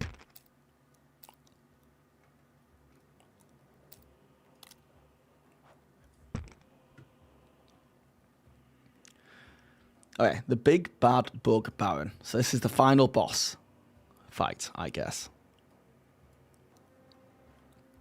And I actually think that when we see like this like icon here, that this whole room is hidden to players.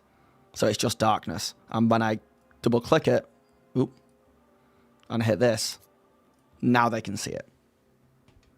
Oh my god, it's a BBEG. It is indeed. Hello, Zocco Lomp. How's it going? Yeah, we're going to Japan on Wednesday. So having sushi here, even though Toronto has good sushi, I feel like we're going to be having a lot of sushi over the next couple of weeks. You have to make sure you don't click. Yeah, I know, yeah. It's kind of annoying though, because it's when you're zoomed out, it's like the plus, when they're all clumped together, all the plus signs kind of like merge into one. So I'm like trying to grab it. If it's a hand like this, I can move it. Zoccolomp, thank you for the channel follow. Because of that, Zoccolomp, I am going to rename this wizard to your name. Whether you like it or not. Now this person is Miri Zoccolomp. Welcome to the party. Today is your day, yes? We are going to Kyoto. We're doing Tokyo, Kyoto, and Osaka. Then we're going to Korea and doing a few days in Seoul. It's going to be so fun. It's going to be so good. We've been trying to go to Japan for like, I think like 5 years. Like, we were planning it, we put it back, COVID happened, we put it back, we lost jobs, we put it back. So now we're finally going. Your stream viewers have been slowly increasing. I think I think people are just especially interested in SIGIL and checking it out, to be honest. So this is a popular stream. But I'm not mad. Not mad at the numbers, gotta say. This is more people on Twitch than I've ever had, I think. So if you're on YouTube, make sure to, it's definitely most people on YouTube I've ever had, make sure to like this stream. It really helps. And if you're on Twitch, give me a follow. Why not? Thanks, need to get installed and do some testing. Yes, please use my testing as like, I'm an idiot trying to play through it. So I'd love to see what actual smart people think of it. Yeah, we're not going to Hiroshima this time round, but like, I gotta say, I find it really interesting. I've heard like people going there. I was going to say that they had a good time, which feels like the wrong terminology, but they had like an enlightening educational time. Even more when we called you dented. Okay, don't tell the new people about the dent thing. Let's move on. Confident in his mystic power over the bug-like creatures, the Bug Baron is eager to show off his battle prowess. He duels the characters to top his Scorpion without additional support, calling for help only if the fight goes poorly. See Phase 1, the duel. So, as these guys enter... See how easy it is to grab these? Enter this room. Oh, look at him. He's on the Scorpion. Broby Scorpioning. Bug Baron on Scorpion. So I guess we could do that maybe? I want the players to jump on the Scorpion as well and have a duel on the Scorpion as it's running around. This doesn't seem like a D&D experience to me, just like a video game. Guess I'm not the target market. Yeah, everyone plays D&D differently as well, don't forget, so. Can I get a little recap of what's going on in-game? Oh, that dreaded player question. Can we get a recap? You totally can. So, we started off in a tavern, and the tavern owner went downstairs to get some more ale or something like that, and we heard a scream, so we went running down. And down the stairs, there was a massive bug that fought us, and we managed to fight it, and it ran away, and we managed to save the owner of the tavern. And the owner of the tavern then sent us to follow this bug through its tunnel to investigate what its deal is. And on our journey, we met a bunch of kobolds, and the kobolds were being terrorized by the Bug Baron. And the Bug Baron is, I think it's said up here, a strange mystical bargain granted a bugbear the power to control bug-like creatures, calling himself the Bug Baron. He used his power to gain control of a goblin community. Now he wants more. So fundamentally, he's the big bad evil guy, and we have found ourselves there after a fair few encounters. There's a fair few encounters in this one. So we found ourselves at the big bad Bug Baron.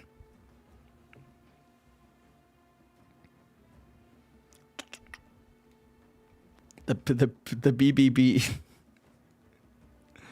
the BBBBEG baby. Indeed. Yeah, so...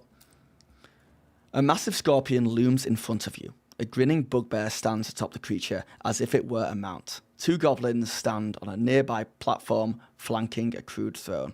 So we can see... Obviously, the players won't be able to see this. I want you guys to ignore this giant scorpion over here. Where are the... Oh, interesting. We've got another bug baron here, so we're ignoring that.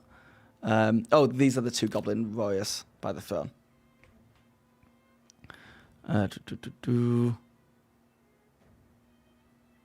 Two goblins stand nearby platform, flanking a crude throne. With a raspy voice, the bugbear calls out, "Welcome, visitors! You're right on time for dinner. He gestures toward a kobold cowering beneath the scorpion's dripping mandibles. And we have this kobold here, Gula. The monster's eyes shine with a green glow, and the goblins laugh at the kobold's imminent fate. The kobold prisoner is frozen in fear. A charisma check from a character within 5 feet can rouse her to run safely. If Kreela is present, she leads Gula out of the room before returning for revenge against the... Okay, cool. We do have Kreela present from earlier. The bugbear begins playing with food. I think we can improv this battle, right? Immediately when a bug baron on scorpion creature is reduced to half or fewer HP, it bucks wildly and the bug baron dismounts. Move to phase 2 of the battle. Okay, I guess that's where the hidden scorpion and bug baron come in. Giant scorpion, where? Exactly. You didn't see anything. Okay, let's go into combat. So to go into combat, I need to claim everyone who's going to go in initiative, including Gula and the bug baron. And the goblins. And we can see they appear at the top here, and I can go into encounter mode. It rolls initiative for everything, which is very nice. Thank you for the follow, no prisoners. And we have Aubrey up first. And Aubrey is going to run up next to Kreela, and Kreela's going to say, I'm going to get Gula out of the fight. You distract the scorpion. So Aubrey is going to straight up take a shot. The real question is, guys, do you think that she would get sneak attack damage because Gula is within 5 feet of the bug baron? I think so. So let's start with a short bow shot on the bug baron. We get a +6 to our roll. It will do it all for us. She misses, so she doesn't get the sneak attack damage anyway. Very annoying. Next up is Kreela. And Kreela is going to use 20 feet of her movement to run up to Gula and convince Gula to move out of the way. And then on Gula's, she's going to hold the rest of her movement for Gula's go, and they're going to move and get out of there. I think that's how I'll play that. Then we got Goblin Warrior 1, who's going to come over to the corner here. Which one has only one scorpion? Indeed. The one we can't see. You know what you're talking about. And this Goblin Warrior is going to take a short bow shot at Aubrey. Misses. Now we're on to the Bug Baron, who is gonna try and eat Gula, right? That's what the plan was. And we're gonna abduct. The bugbear needn't spend extra movement to move a creature it is grappling. Oof. As an action, the bugbear baron makes 2 scorpion claw attacks and 1 whip attack. Okay. Oh, what does Sting do? 1d20 plus 5 to hit, reach 5 feet, 1 creature, 1d8 plus 3 piercing damage. I think we could do the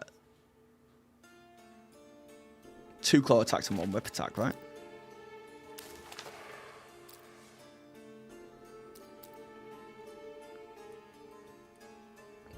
Oh, okay. It needs to move. It needs to move first. So it was not within 5 feet. All right, now it's going to claw. Miss. Claw. Hit. Gula's down. Gula's down. And then it's going to whip Kreela. Misses. Okay. Let me add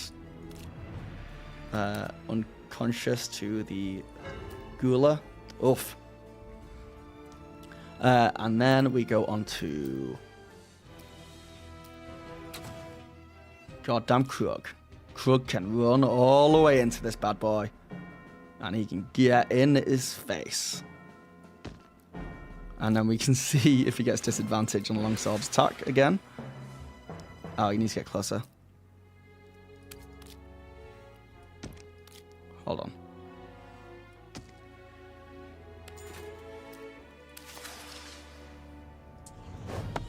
Good.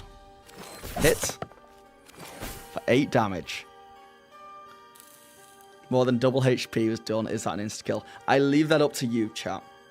If you want poor old Gula, who is actually, we're going to rename the name of right now to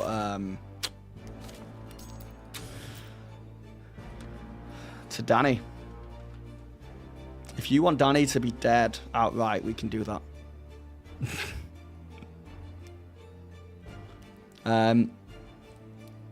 Okay, so on to Goblin Warrior the second, and this one is going to use 18 feet here, and then use another 10 feet to get over here, and is going to take a shot. Raw, rip Danny. Don't kill me. I don't know, man. I don't dent you. I think rules is written, right? Rules is written. Got eaten. I think it's unfortunate, but I think it's reality. So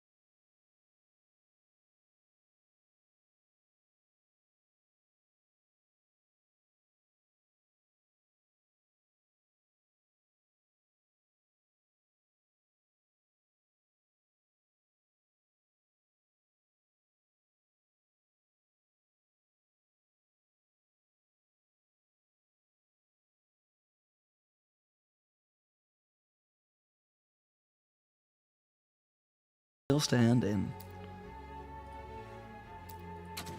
Okay, so... wait, did I take Creeless Go? Yes, I did. Let's do short bow again. These guys are just having it off. Short bow style. And just missing both of them. Oh god, it's this Bugbind Scorpion. Now, he is mad at the scenario. He's going to head over here. He's going to take a opportunity attack from Krug, who is straight up just going to hit him with... Nope, no. Did not mean to click that. Straight up going to hit him with his longsword.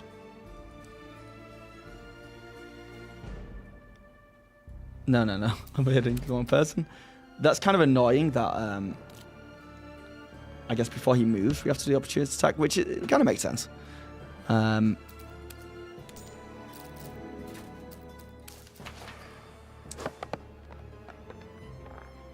And misses anyway with a 1. Then the Scorpion's going to move over here. And is going to... hold on. Technically, he's within 5 feet of all these guys. But is going to go for Dorbin. And he's going to... go for the sting, baby. Don't kill Corbin. Don't kill Corbin. Corbin's down.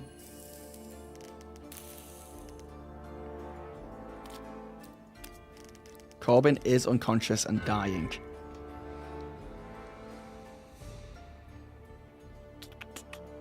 How did you at someone on a different platform? Wait, who did what? Did that work? You at on Twitch, you atted someone on YouTube? Maybe he's in both. I see, pretty cool. What about private service? Is it downloadable and able to be hosted on a host's own server in the event the platform dies out and people still want to use it? No, I don't know. This is all done through D&D Beyond. That's a lie. It's not all. It's like hosted by D&D. That's a lie. I don't know how it works on the back end. It's connected to D&D Beyond. You have to download. It's not browser-based or anything like that. You have to download it onto your own computer, but I don't know how the servers work. I'm not like a tech whiz guy for that stuff.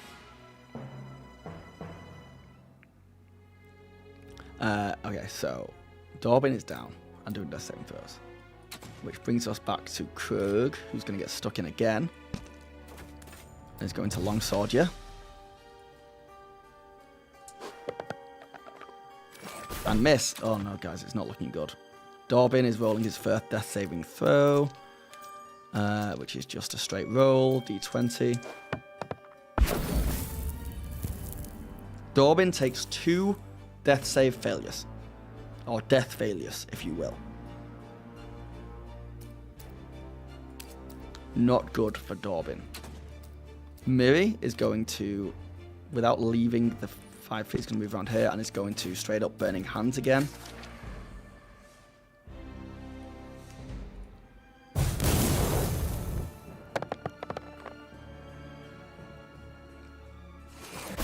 Ooh, how much health does this guy have at this point? 50.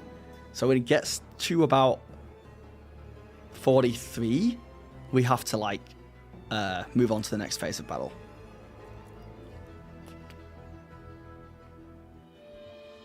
One of these days, I'm going to try to get Phil to make me a mod. Hey, I'm going to be open to it. I've had a few people ask. Once I get big, if I get bigger,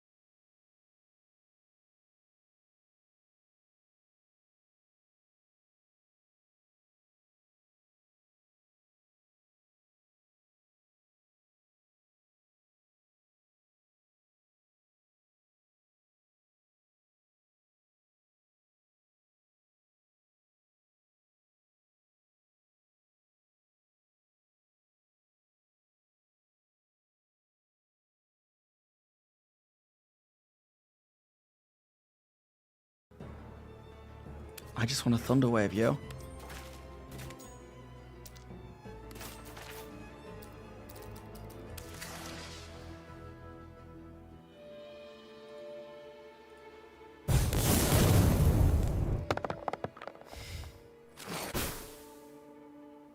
Okay.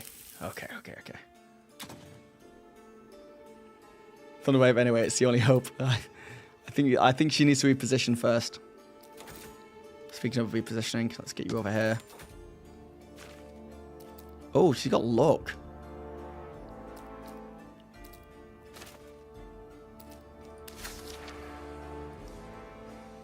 Screw this. Freaking bug bound. 3 damage, bug bound is down. Screw you. If you get the job you interviewed for, then you might buy the master. Well, hey, good luck. Let us know how you do. I'm gonna eat now. Okay, Cat. Sorry, I'm in the middle of a life or death situation. No way to fire AoEs with verticality. Lexon, as far as I can tell, there is no way, unfortunately. Double dip. Thank you for the follow. But yeah, that is so true, and that is the thing that they should work on. But like I said, it's not a video game as much as a sandbox, so you can just like place a character. Thank you for the subscription, Double Dips. Okay, well I think because I just got subscribed to on Twitch, and I really want to give this fight a chance, I'm gonna say that counts as getting one character back up. Who should it be? Kurg? Or Kreela? I think it's got to be Kurg, right? Double dip, just double dipped. Not Danny. Well, yeah, I can't bring them back because I deleted them. I deleted them. I think it's got to be Kurg. Thank you. What we'll say is that was divine intervention from Twitch chat. And Kurg is back up and ready to rumble. However, Kreela is now doing a death saving throw.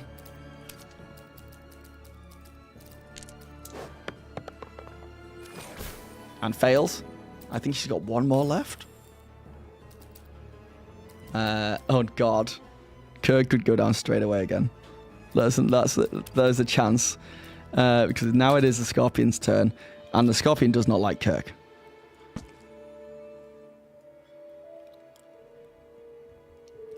Kurg ain't heard no bell. Kurg's probably about to go down again straight away.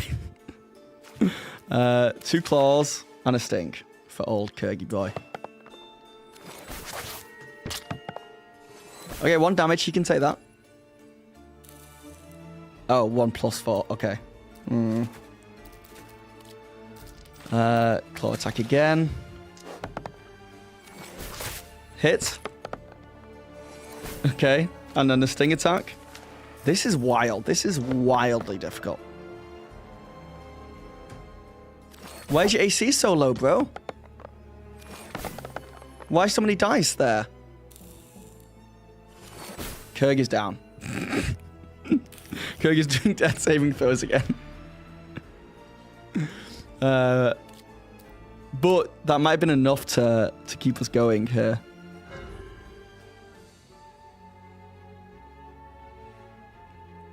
Wait, 13 fails? I thought... Hold on. I'll have to go back and watch the VOD there. For Kreela? Yeah, 13 succeeds. If I said 13 failed, then I've just got streamer brain, and I apologize. It's technically 9 and under. 10 is included as a success. Okay. Kurg. Maybe...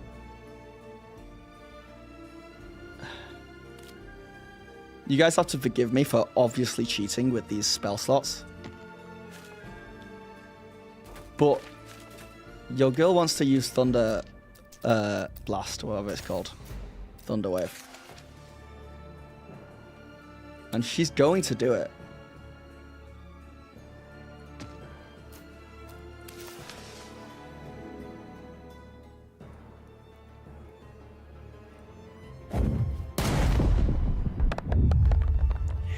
Yes, okay.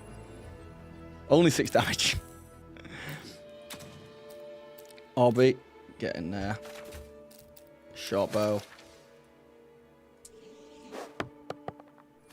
12 hits. 4 damage, and she gets sneak attack.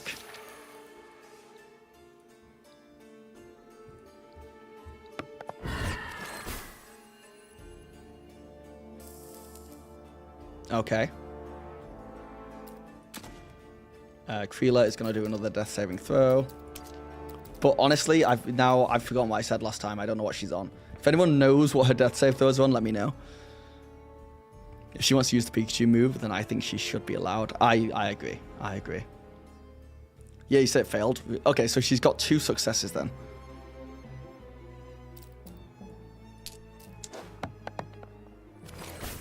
That's a fail. Okay. But that's fine, because she's still standing. Oh no. Oh no.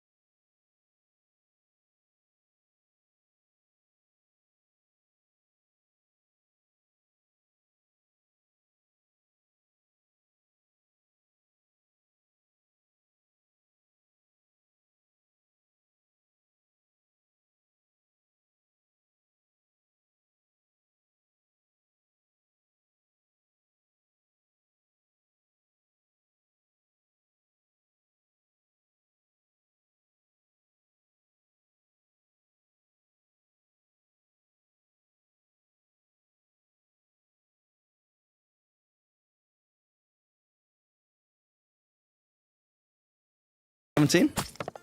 6 damage. Okay. That we are leaving encounter mode.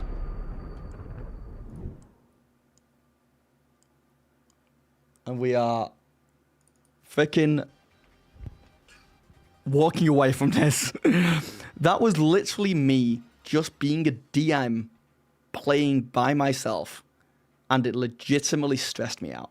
I've had way more fun with this than I thought I would. Albeit, I'm obviously streaming it. Audrey is the only survivor in this scenario. And then, what else did it say at the end here? If the party falls or flees, I could have fleed?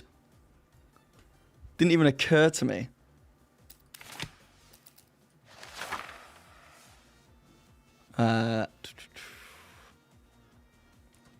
Any defeated party members left behind are caged in the prison cells, where they may have a chance to escape later. There you go. You heard it here. Nobody died. If it looked like they were eaten. If it looked like they were eaten, they weren't. If it looked like they died, they weren't. They were just knocked unconscious and were going to be put in prison cells. This is pretty awesome. I'm not going to lie. It helps truly visualize the storytelling. I think you're alive, Danny. I think they killed the scorpion and they cut the stomach open and you crawled out just covered in gloop. Like, it's not attractive. Kreela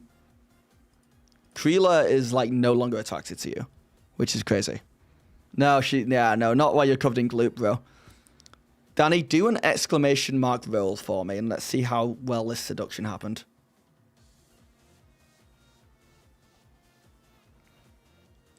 Exclamation mark roll, please.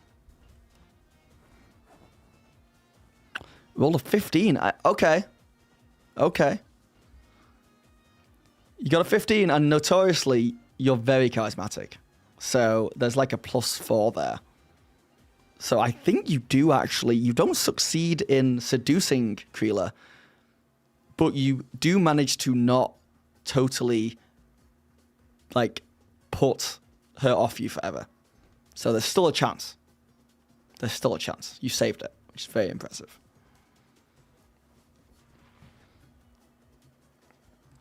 Yeah, you can add more tunnels, or you can add more goblins in the future, apparently, to expand the adventure. I would love, if anyone watching this, because I'll make this a video, I think. If anyone watching this has played through this with players who actually play the game properly rather than what I did, which was ignore most character abilities and also ignore spell slot limitations and a bunch of other stuff, let me know how hard that was, because that felt like a challenging adventure, to be honest. Like, if you had all new players and you went into this, they're getting TBK'd, for sure. Without lots of rest, that adventure would have been very hard. Definitely needs to level up. Yes, I think so, right? Because I gave my these guys a long rest halfway through just because I was cheating. All right. Well, with that in mind, let's have a look what this thing looks like. Before I jump off stream, let's try and build a little mini-map and see how fast we can build one from scratch. Okay, so let me just load this up.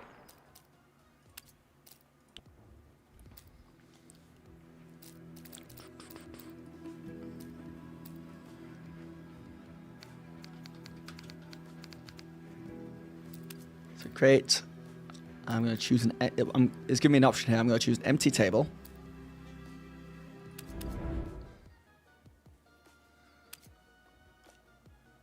And it's showing me this. There's still a chance, Danny. Oh, yeah. Oh, yeah, still a chance. So this is what this looks like. If I was just a DM and I was like, I have a session in 20 minutes time and I need a combat, what can I do? So I also have barely played around with this. But I believe if I go to creative mode, I get some stone tiles for floor. And I can just build out a room. Right? And this is fundamentally the room that I did in my last session. Okay, I had a temple that they entered, and in this temple there was a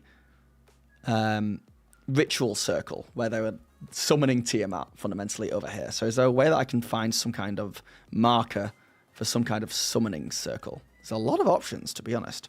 But this is all basic dungeon stuff. Graveyard. All right, Rogue, have a good one. Okay, some trees and stuff in here, which is always fun. Props. Oh. Set pieces. Interesting. But not what I'm after.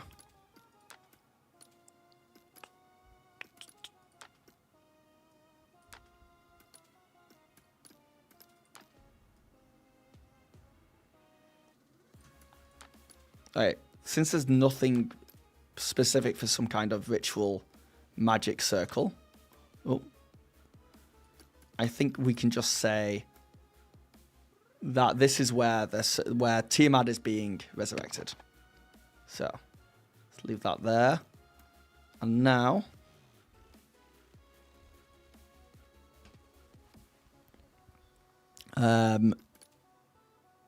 there was a bunch of pillars, because I want to give my character stuff to hide behind. So let's see, in building blocks, terrain. Not so much pillars in basic dungeon, but maybe in crude mines. Okay, we have stuff here that they can hide behind. Oh, that's very cool. Top right. I actually really like the options you have here. I think the summoning circle could be done with the pencil icon on the top left, on the top right. Hold on. How do I get rid of this? No, I think the pencil just highlights what I want to my players. I'll have a play around with it in a second. So I want pillars like this, but I want them to like match the surroundings. Yes, maybe this.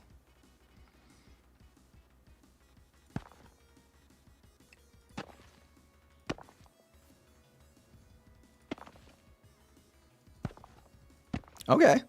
You know what? This is fundamentally what I had. And then the players entered over here. So let's add some players. Just for now, let's just say it can be a party of all dwarfs for the fun of it. How do I get off this? There we go. So the players entered there, and then what I had was legitimately what I called like a bruiser, and I had some rangers. So if I search scout, no scout.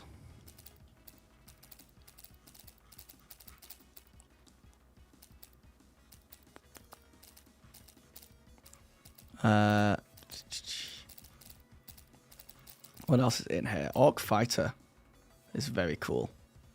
In fact, I'm going to throw the Orc Fighter in. I'm going to replace him with the Bugbear. Skeleton, Archer. Let's throw 2 of them in there. And then what I did was I had the Skeleton Archers hiding behind these pillars for cover.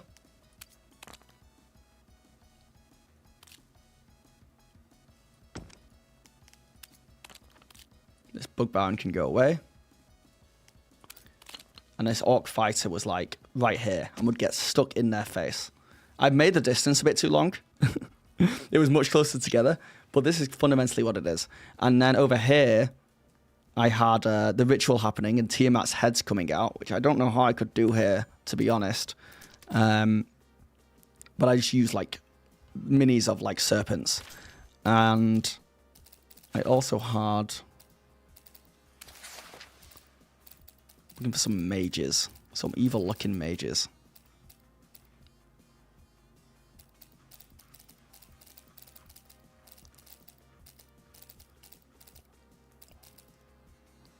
Well, that's just cool as hell. So obviously I'm just using these minis as like placeholders. And I had 2 mages either side of the ritual bringing forth Tiamat. So when my players came in, they had to handle this guy first. They just had to, because he was getting in their face. But while that was happening, these archers came out and like moved around this cover and would just take pot shots at them. And this ritual was slowly happening. Why are some unpainted? I guess it's cheaper for them not to paint everything. I'm not truly sure. So honestly, there's a world where like this is how I would use this program. Forget the beautiful walls and the crystal obelisks and the beautiful torchlight. If I just wanted to tell my players like, okay, you're here. These guys are here. There's cover. This is the secondary objective outside of combat. Go to town. Now, don't get me wrong. If I had more time and I enjoyed doing it, and I can totally see why people would enjoy doing it, I can go in and add other stuff to make it look better.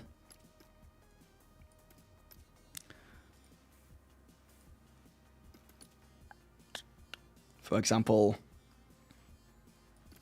this is the door they used to come in.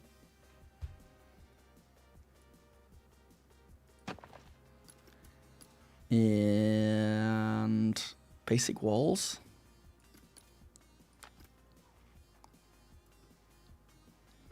Nah, give me some bigger walls.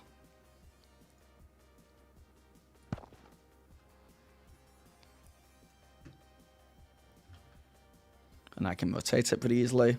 Go through here like that.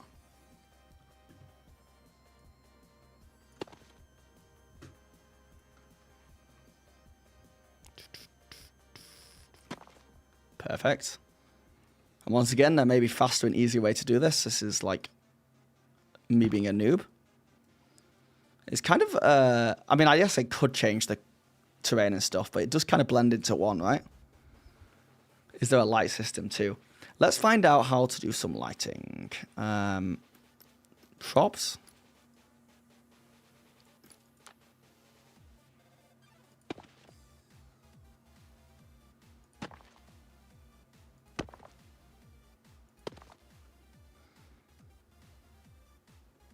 Doesn't seem to be affecting the environment right now, but it definitely does. I think when we go out of creative mode. Oh yeah, you can see it flickering. And then I also like the idea of this situation now that it's opened up. This is where the creativity comes in. When people are like saying, "Oh, it's going to ruin creativity," because now I'm looking at all this space and I'm thinking, let's put some more rooms in here, you know, and it's fun. So if I go for nope, what am I doing? Creative mode again.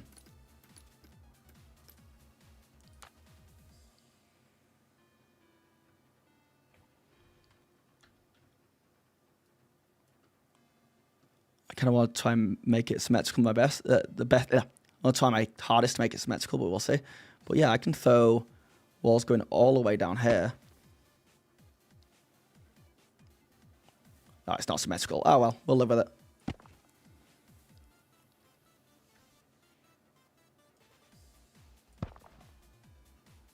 Ah, the first issue is that's risen now, and I didn't mean for that to happen. So how do I delete?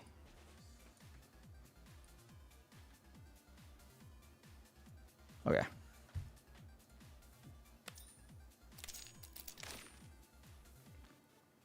And also I can, oh, it's giving me the option to delete all of that. Ungroup object. Ah, that's pretty cool.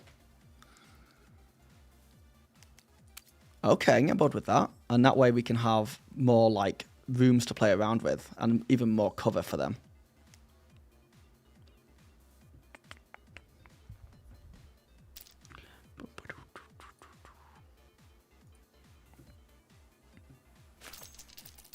Let's just see one last look of like some of the other stuff we can throw in here.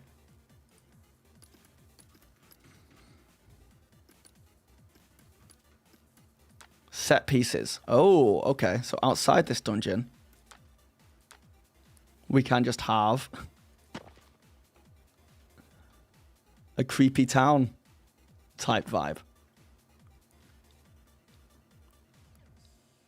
So yeah, I don't know. I think I like this for just cobbling together a quick scene if I had a session soon. Ioa, how is it going? Good day.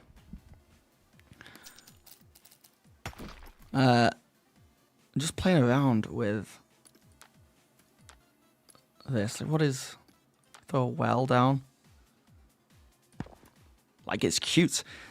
I'll tell you what this is really fun for, and I don't think people have really thought about this or spoken about it, but if you are homebrewing a game and you have a town or a village that your players are playing in, and it's a village that means a lot to you as a DM, like you've created it from the ground up, you can visualize it in your head, you understand it really well, you can go in here and you can create the village as a map or like parts of it, and it can... Even just outside of playing D&D, it's just probably a really good creative outlet. I never did DM, but my close friends want to play after seeing FRP in TV shows. FRP? You're currently trying to learn how to DM, searching for VTT. Yeah, I mean, I've not had much experience in the other VTTs on the market. I know a lot of them are like well liked. This is really the only one I've really dug deep into. And I've not even dug that deep into it. But I got a lot of time for this, to be honest. It's a lot of fun. However, I have been streaming for 4 hours and a half. And my wife is mad at me, I think, for not eating with her. I have a simple idea of tavern to cavern to mage office in cavern. Get the magic amulet or something. Yeah. Honestly, starting off, even nowadays I do that. Just the simpler, the better. It's so true. You, as DM, you want to make things as simple as possible so that your players can be complicated. And they will make it more complicated. How's my machine doing running this VTC at this point? Yeah, my machine's been a little noisy this whole time. So that is worth bearing in mind. Thank you for the follow, Maya. I make it complicated and my players make it even more complicated. That's the other way. That's option B. That is option B. All right, let me close this down. Oh. Honestly, to be absolutely frank with you guys, I came on to that game. I call it a game. I came onto that VTT when it was on beta, and I found it very clunky and very hard to make stuff. But I think it was mostly because I just wasn't used to how you move around a map and how you place things. But playing today, even though I thought I was going to come on and kind of give it a hard time, I played all the way through that adventure on my own, you know, with chat's help and encouragement. But I didn't have to do that. I genuinely was enjoying doing it. So there's something there. There is something there for sure. You gotta help them create characters, then you gotta learn how to make encounters or something. I played like 4 or 5 one-shots straight to DMing. I feel your pain. I feel your pain. I had DM'd, this is genuine, I think I DM'd D&D for a year before I ever played my first game as a player. It's so important to play because that's how you learn to be a good DM. You have to be a player, but it took me a while to get the chance. So now I jump at the chance. If I have a chance to play, I'll play.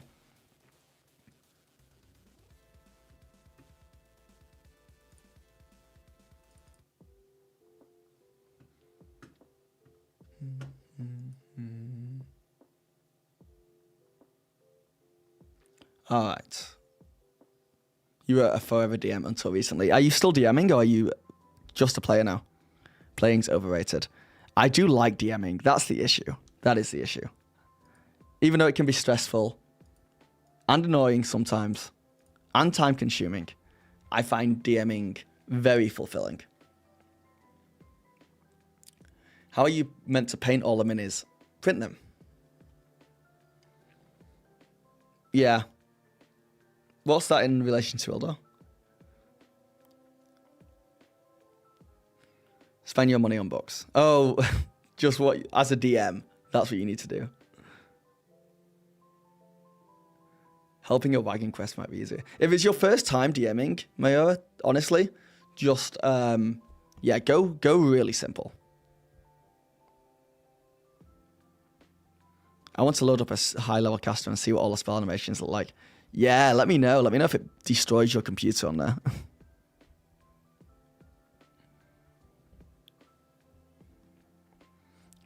Tom, just started planning your first campaign as DM. I'm nervous but excited. Yes. Don't be nervous. Don't be nervous.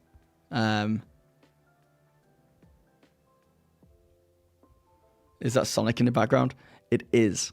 It's lo-fi version, and it should be copyright free. But last time, I had another Sonic song that was lo-fi, and it got copywritten. So we'll see. They want it tomorrow. Hey, one thing, if you're DMing, you are the boss. Do not give in to players wanting things. They're your employees. They do what you say. If you're not ready, or if you need extra days, or if you need something you can do it. You're allowed to. It took me a while to realize that, how much control I have as a DM. And truly, don't put up with crap. What if they ask for a wish? What do you mean?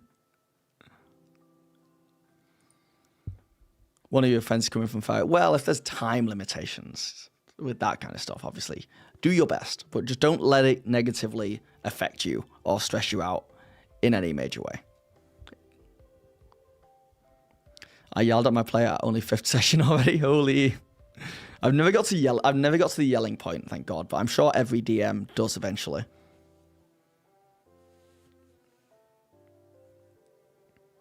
You want to give them a wish so I can make it bad? Oh, you want to do the monkey paw wish?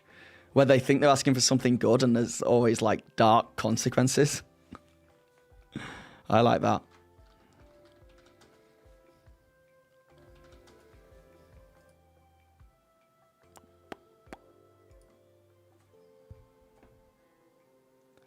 What am I looking for here? Let's see. Who is...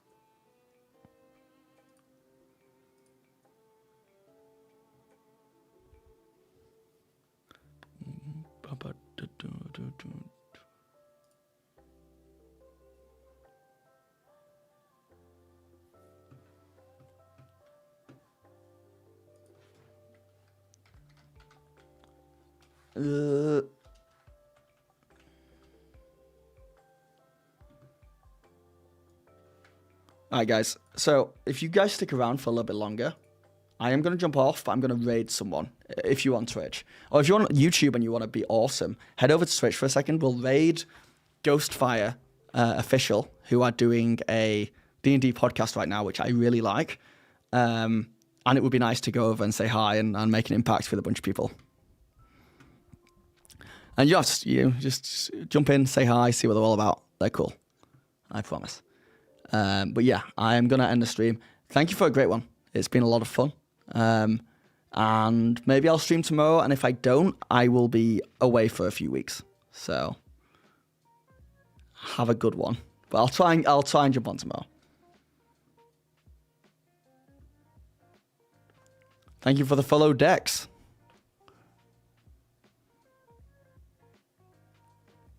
Yeah, all right. See you guys.